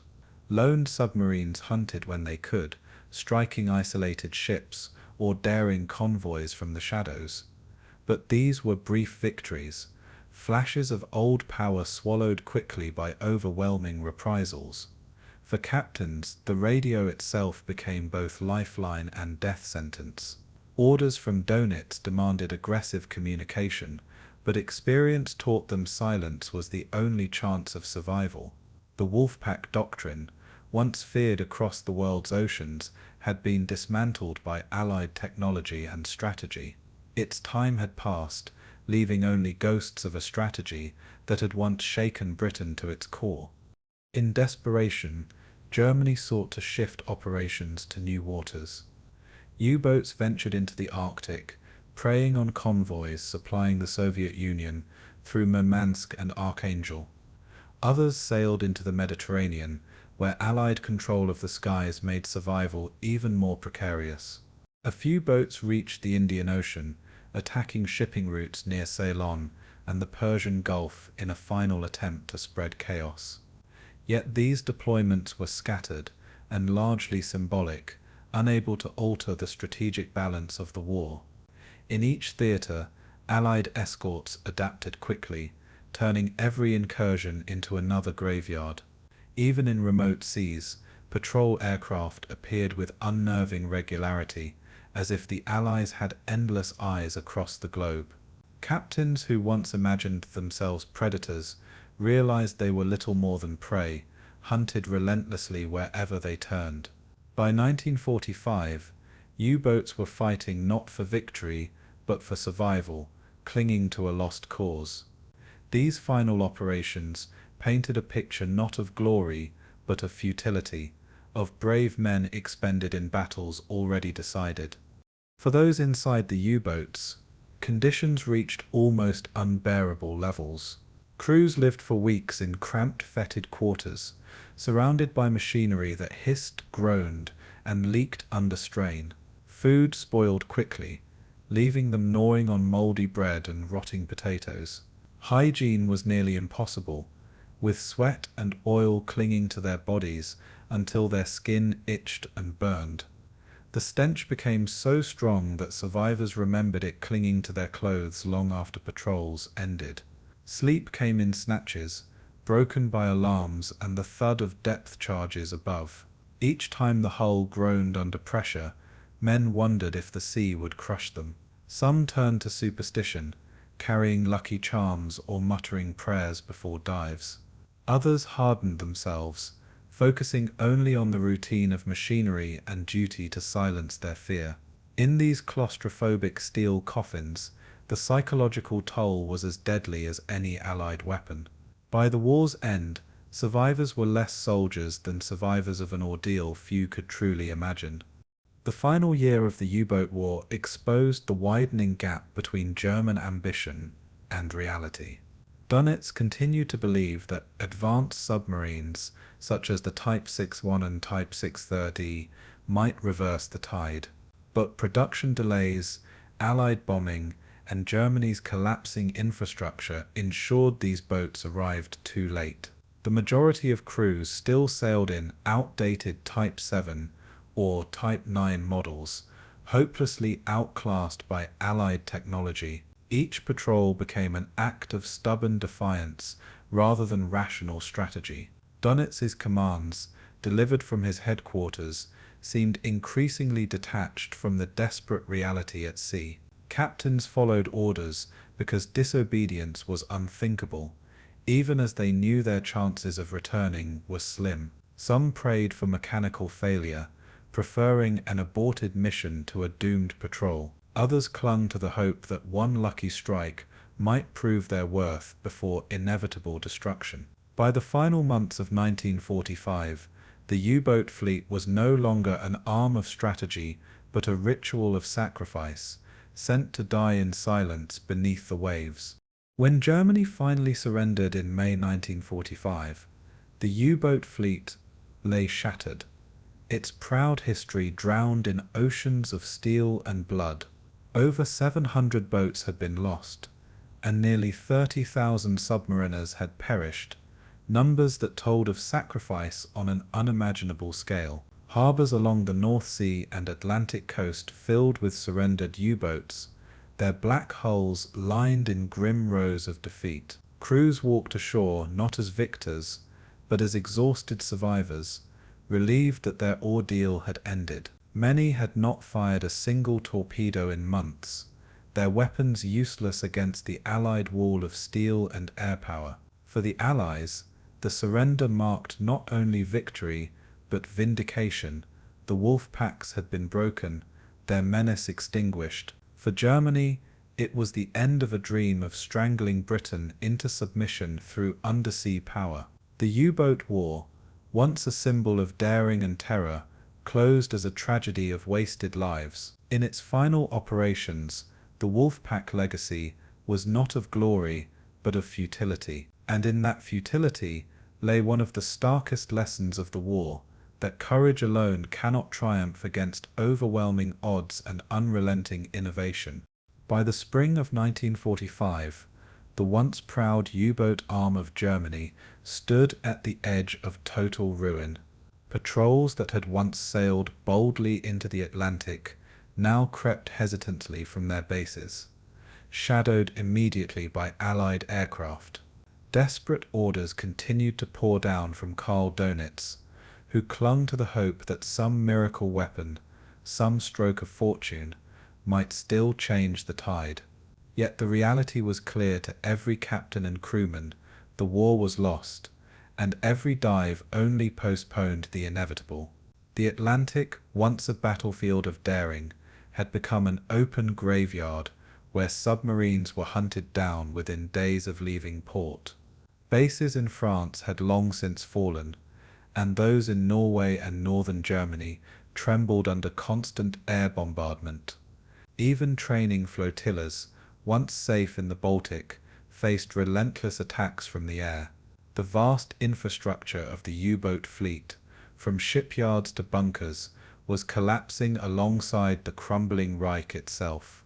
Fuel shortages meant that boats could barely complete their missions, often ordered to sea without enough to return. Yet the High Command refused to relent, sending young crews into a war that no longer made sense. In this atmosphere of collapse, the Wolfpacks died not with a roar, but with a slow, suffocating silence. The last missions carried a sense of both futility and resignation. Commanders were told to attack Allied shipping wherever it could be found, but by 1945 the oceans were barren of easy prey. Convoys moved under an iron wall of escorts, aircraft, and hunter-killer groups, leaving no openings for a successful strike.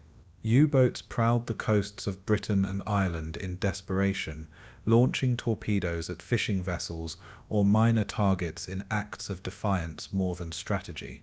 Each attack drew swift retribution as destroyers descended with merciless efficiency.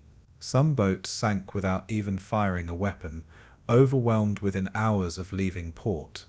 The men knew they were fighting ghosts of the war's past glories, echoes of victories long since erased.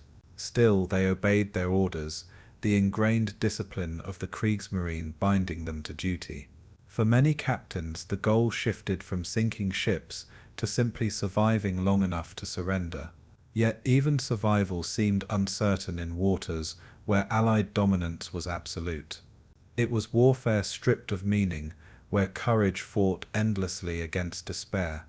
Dönitz, elevated to succeed Hitler in the regime's dying days, clung to the U-boat fleet as the last symbol of German defiance. He believed that continued submarine operations might give Germany leverage in negotiations with the Allies. But the Allies had no interest in compromise, demanding unconditional surrender. Still, Dönitz issued orders for boats to remain at sea, even as Berlin crumbled under Soviet artillery. Crews listened in disbelief to radio transmissions, urging them to fight on, knowing their homeland was already burning. Some captains interpreted the orders loosely, choosing to conserve lives by avoiding combat. Others, loyal to the bitter end, carried out their missions with grim determination, even as their chances of returning dropped to near zero. The men who obeyed faced relentless pursuit, each patrol a gauntlet of radar sweeps, depth charges, and airstrikes.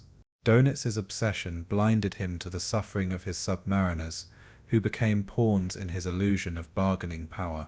By the final days of April and early May, the fleet was no longer a weapon.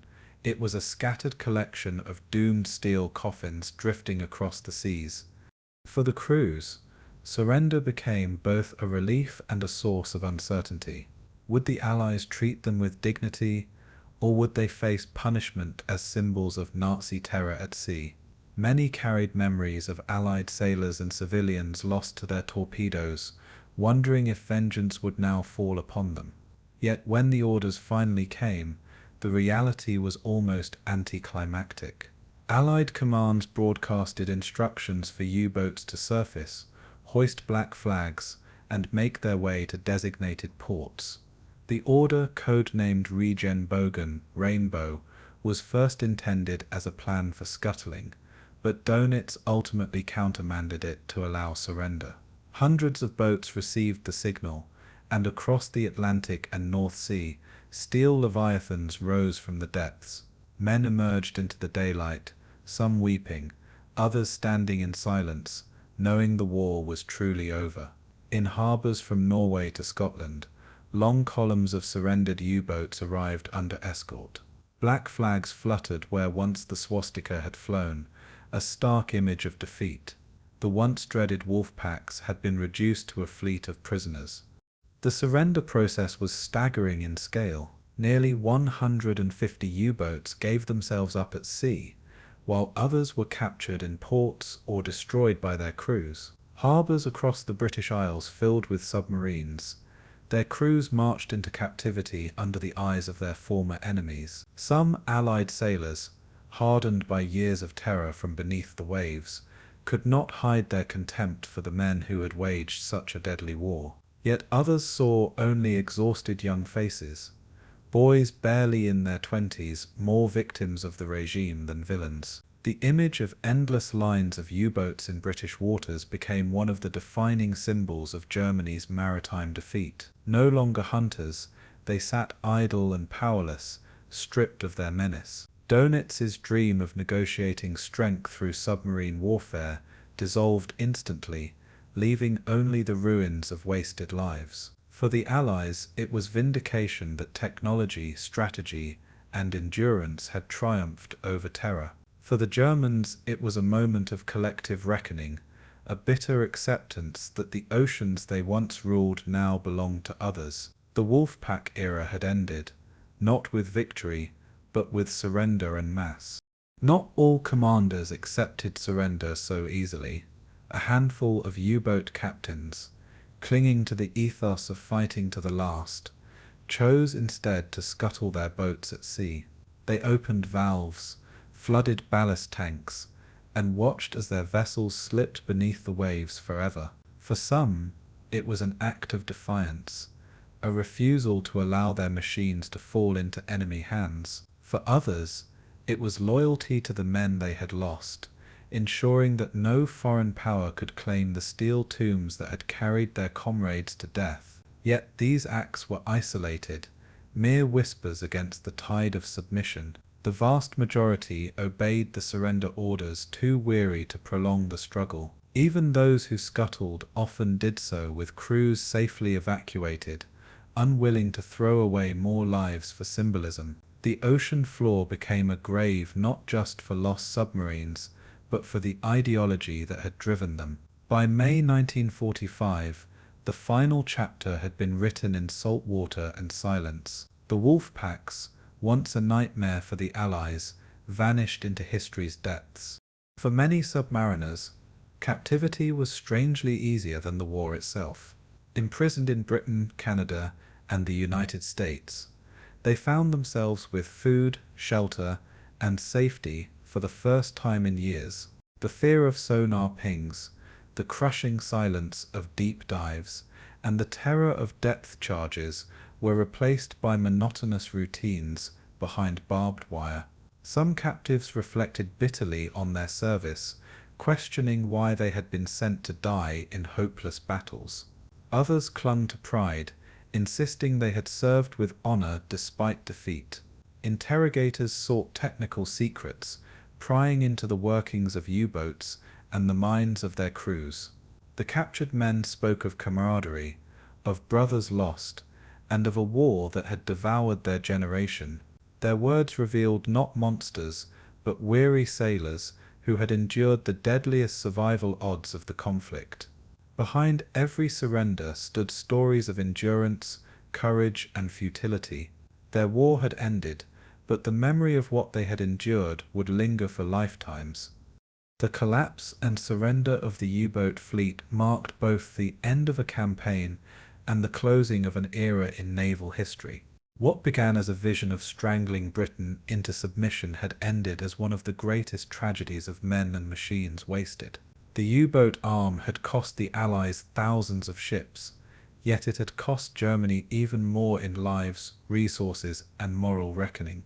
Dönitz himself would face judgment, his legacy tied forever to the sacrifice of submariners sent on hopeless missions. For the Allies, the surrender was proof that persistence and adaptation could overcome terror. For the world, it was a reminder that no weapon, however fearsome, could outlast the combined might of determination and innovation. Rows of surrendered submarines sat as silent monuments to ambition undone by reality. The Wolfpacks were no more, their menace erased by black flags and lowered eyes, and in their end lay the final truth that war at sea is not only fought with torpedoes and steel, but with time, patience, and the resilience of those who refuse to yield. The surrender of the U-boat fleet in May 1945 left the Allies with both a logistical challenge and a symbolic opportunity. Across harbours in Scotland, Northern Ireland, and England, hundreds of sleek grey submarines lay moored in eerie silence. Once the terror of the seas, they now sat stripped of menace, manned by exhausted German crews, awaiting captivity. For the Allies, the sheer number of surrendered boats presented questions of disposal, study, and justice.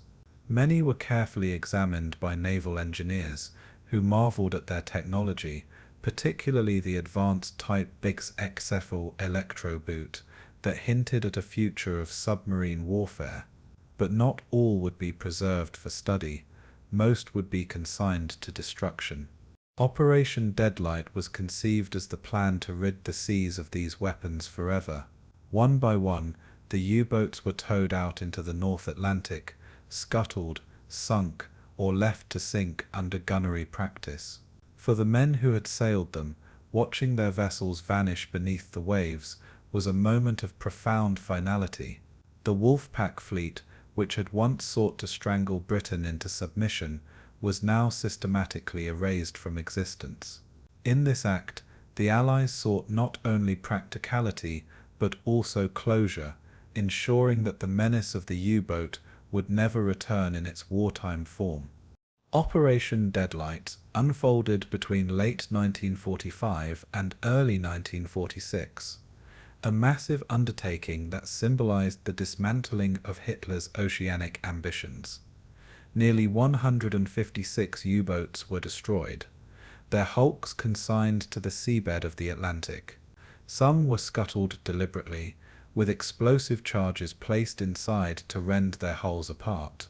Others were towed into position, only to sink prematurely when weakened structures gave way during rough seas. British and American ships sometimes used the surrendered submarines for target practice, their guns tearing through the once proud vessels until they slipped beneath the surface. The Atlantic became a graveyard for machines of war, the ocean swallowing steel, as if eager to erase the scars of conflict. A few U-boats escaped this fate, retained by the Allies for study and experimentation, influencing the next generation of naval technology. The rest vanished, unseen except to divers and oceanographers who would rediscover them decades later. Operation Deadlight was both a cleansing ritual and a practical necessity, reducing the U-boat menace to twisted wrecks on the seabed. For Allied sailors who had fought against them, watching the grey sharks disappear into the deep was a vindicating sight. Yet for the German submariners, it was a melancholy farewell to the weapons that had defined their lives and claimed so many of their comrades. The men who had commanded and crewed the U-boats faced their own reckoning. Captains, officers, and enlisted sailors alike were marched into prisoner-of-war camps across Britain, Canada, and the United States. For many, captivity meant relief from the constant terror of depth charges and the brutal odds of survival at sea. But their fates diverged sharply depending on their rank and record. Ordinary crewmen were eventually released, returning to a shattered homeland to rebuild their lives. Commanders and senior officers, however, faced interrogation and scrutiny. Some were accused of war crimes, particularly for actions that blurred the line between military engagement and atrocities. The Nuremberg trials loomed over the higher ranks of the Kriegsmarine, though the U-boat arm was not judged as harshly as the SS or Gestapo.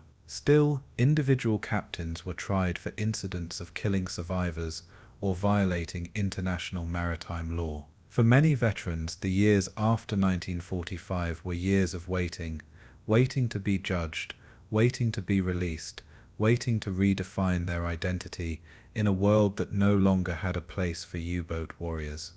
At Nuremberg, the naval presence was smaller than the infamous faces of the Nazi hierarchy, but its role was not forgotten. Grand Admiral Karl Dönitz, architect of the Wolfpack strategy and Hitler's successor in the final days, stood trial for crimes against peace and unlawful conduct of submarine warfare. He was accused of ordering unrestricted submarine warfare, attacks on neutral ships, and the denial of safety to survivors of torpedoed vessels. Dönitz defended himself by pointing to the Allied practice of similar tactics, arguing that the Battle of the Atlantic had been fought under equally ruthless conditions on both sides. Despite the severity of the charges, the tribunal sentenced him to 10 years in prison, sparing him the fate of execution that befell other Nazi leaders. His sentence reflected both the recognition of his military skill and the condemnation of his loyalty to the regime. To his supporters, he remained a man who had served his country with honor. To his detractors, he was the cold strategist who sacrificed thousands of young men in a futile campaign. For many former submariners, the trial of their leader felt like the closing act of their shared destiny. In Dönitz's conviction, they saw the symbolic end of the Wolfpacks themselves. Other U-boat officers faced similar trials across Europe, especially in Britain and the United States. Some were charged with the execution of survivors from sunken ships, acts that violated the traditional codes of maritime conduct. In Hamburg, trials were conducted against captains who had ordered such killings, though evidence was often scarce, and many were acquitted. A handful faced death sentences, while others received long prison terms.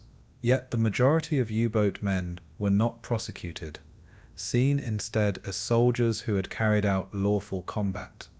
This discrepancy reflected the blurred moral lines of submarine warfare, where mercy could mean exposure and death for one's own crew. For the Allies, it was easier to focus their prosecutions on the most notorious figures, leaving thousands of ordinary submariners to quietly fade back into civilian life. Still, the stigma of having served in Hitler's navy lingered. Many veterans found it difficult to speak openly of their service, fearing condemnation in post-war Germany and abroad. Their silence contributed to the mythic aura of the U-boat war, a blend of legend, guilt, and reluctant pride. For the German people, the U-boat fleet's legacy was a double-edged sword. On one hand, the submariners were remembered as brave young men who had endured the harshest conditions of the war. Their survival odds had been lower than any other branch of the Wehrmacht, with over 70% never returning from patrols. On the other hand, their role in prolonging the war and terrorizing Allied shipping tied them inseparably to the machinery of Nazi aggression. Post-war Germany struggled to reconcile these images, torn between mourning its sons and acknowledging the crimes of the regime they served. In some towns, memorials to lost submariners stood quietly, honoring their sacrifice without glorifying the cause. Families who had lost sons, brothers, and fathers carried the grief for decades, their mourning mingled with the silence imposed by shame. The reckoning was not only judicial but cultural, a reckoning with memory and meaning. Submariners were neither celebrated as heroes nor universally condemned as villains. They remained shadows of a past Germany struggled to define. Their stories lived on mostly in private conversations, whispered between generations rather than proclaimed in public.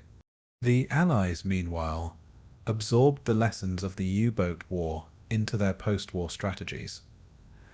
The few Type XX submarines that had been captured became blueprints for the next era of naval power. Both the United States and the Soviet Union studied the electro-boot designs, laying the foundation for Cold War submarine fleets. In this sense, the Wolfpacks did not disappear entirely. Their innovations echoed into the future of undersea warfare. But the men who had crewed them played no role in this future. They were left behind, their wartime experiences relegated to history, while new generations carried forward the technological legacy. For many U-boat veterans, the knowledge that their sacrifices had built the foundation for others was a bitter irony. They had fought a hopeless battle, and their suffering had served not Germany's victory, but the navies of its enemies. This realization formed part of the post-war reckoning. The Wolfpacks had died in defeat, but their ghosts sailed beneath new flags. In this way, the U-boat fleet's story did not end. It transformed into a legacy Germany could no longer claim as its own. By the late 1940s, the U-boat war had become part of the larger memory of a world seeking to move on from devastation. Operation Deadlight had consigned most submarines to the ocean floor, and the trials had judged the most infamous leaders. What remained were the human scars, survivors rebuilding lives, widows mourning the lost, and nations haunted by the shadow of submarine warfare. In Germany, silence prevailed for decades, broken only by memoirs and scattered reunions of former crews. In Allied nations, the victory was remembered not only as triumph, but as testimony to endurance against a nearly unbeatable foe.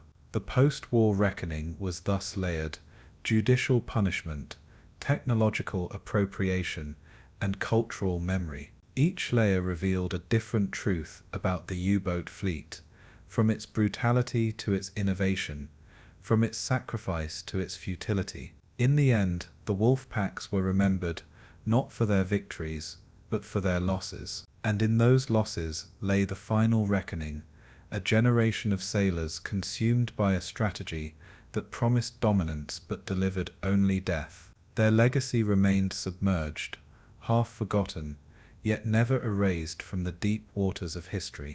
The story of the U-boat Wolfpacks remains one of the most defining chapters of the Second World War, its echoes resonating long after the guns fell silent.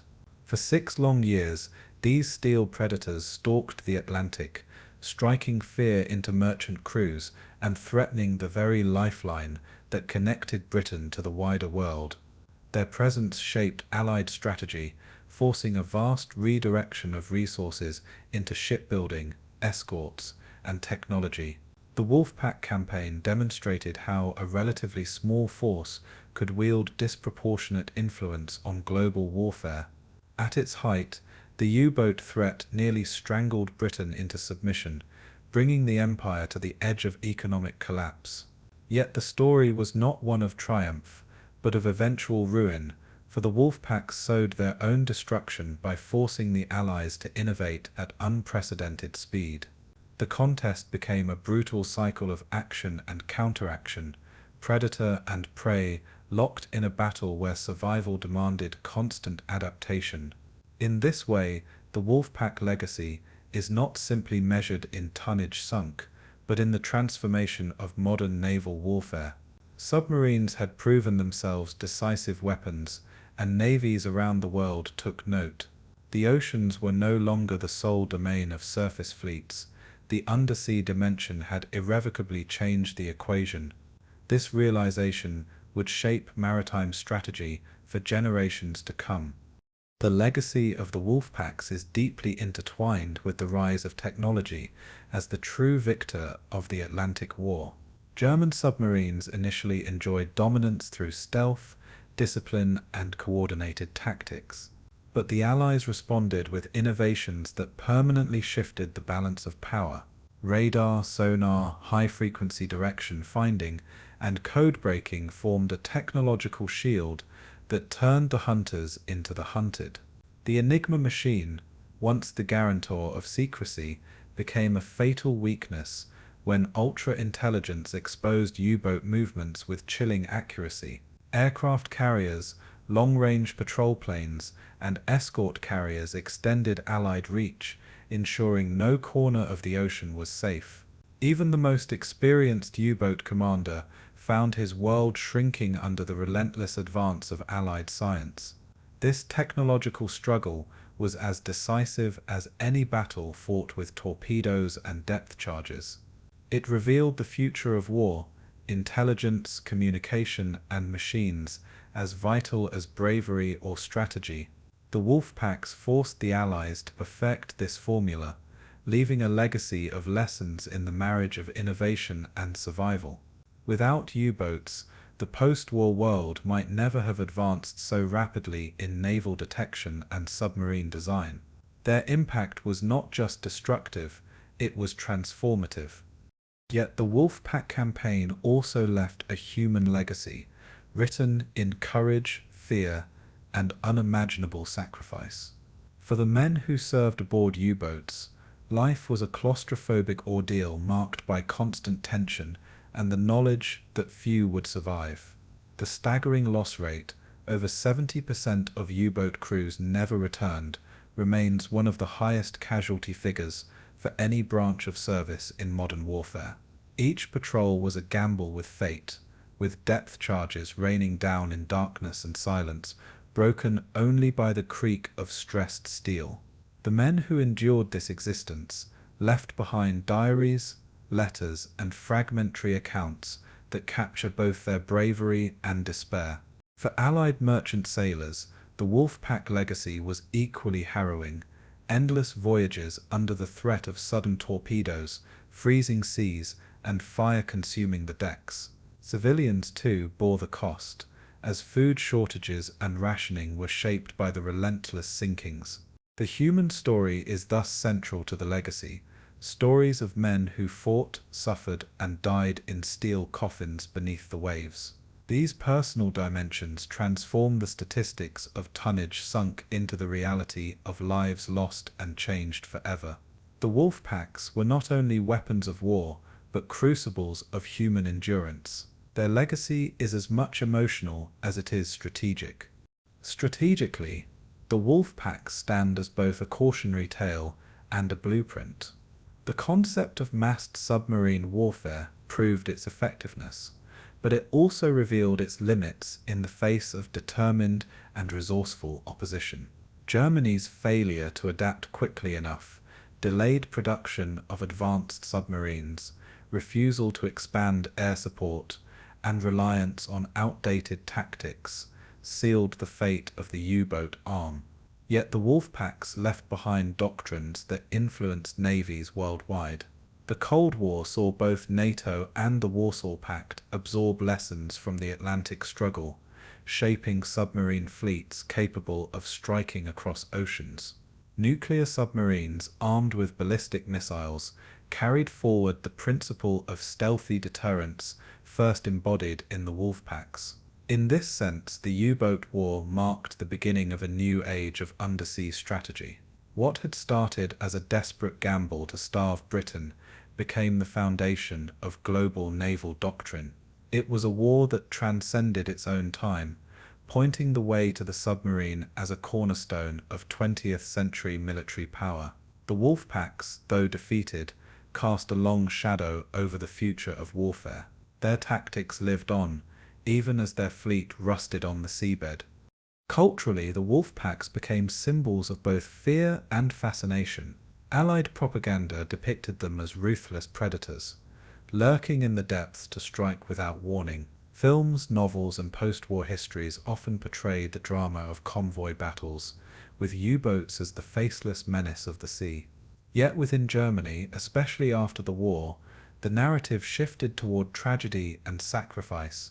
The young submariners were remembered not as villains, but as doomed warriors, sent to their deaths in a campaign already lost.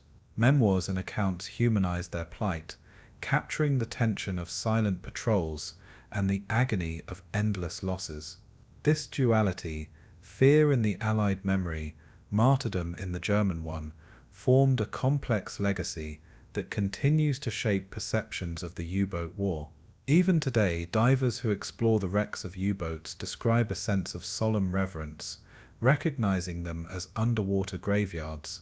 Literature and cinema, from Das Boot to countless documentaries, keep alive the aura of the Wolfpacks as both terrifying and tragic. They became more than weapons. They became stories, myths, and symbols. This cultural imprint ensures that their legacy remains vivid, not just in history books but in imagination. The Wolfpacks also left an enduring legacy in the memory of the nations they targeted. For Britain, the Battle of the Atlantic became a defining struggle for survival, a national story of endurance under siege. For the United States, the fight against U-boats in the Western Atlantic and Caribbean highlighted the vulnerability of its shores, prompting long-term naval expansion.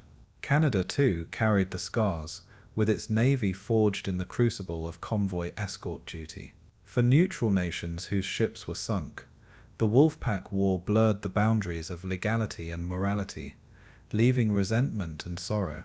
Across the world, the U-boat menace shaped wartime diplomacy, strategy, and post-war planning. Survivors of merchant sinkings carried trauma for decades, their memories of burning ships and cold seas etched into family histories. Communities that relied on shipping never forgot the terror of the Atlantic gauntlet. In this way, the Wolfpack's legacy is not limited to Germany or the Allies. It is global. The war at sea touched every continent, every shipping lane, every neutral port. The Wolfpacks etched their name into the collective memory of nations, both through destruction and through the resilience they inspired.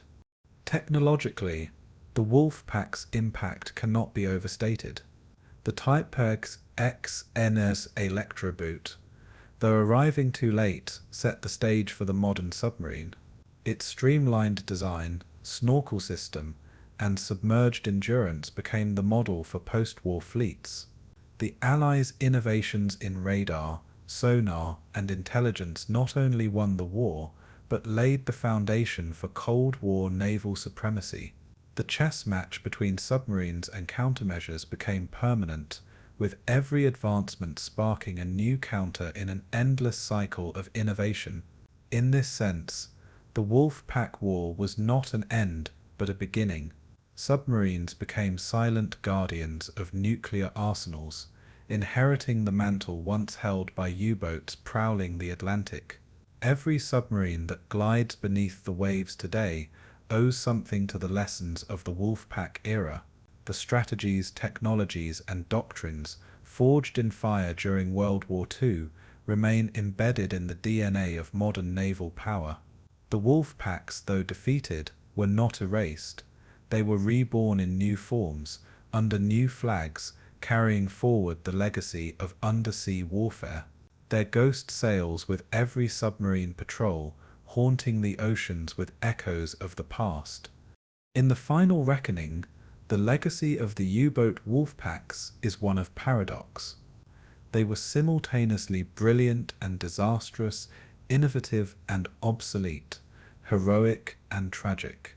They nearly broke the Allies but ultimately hastened their own destruction by forcing relentless innovation.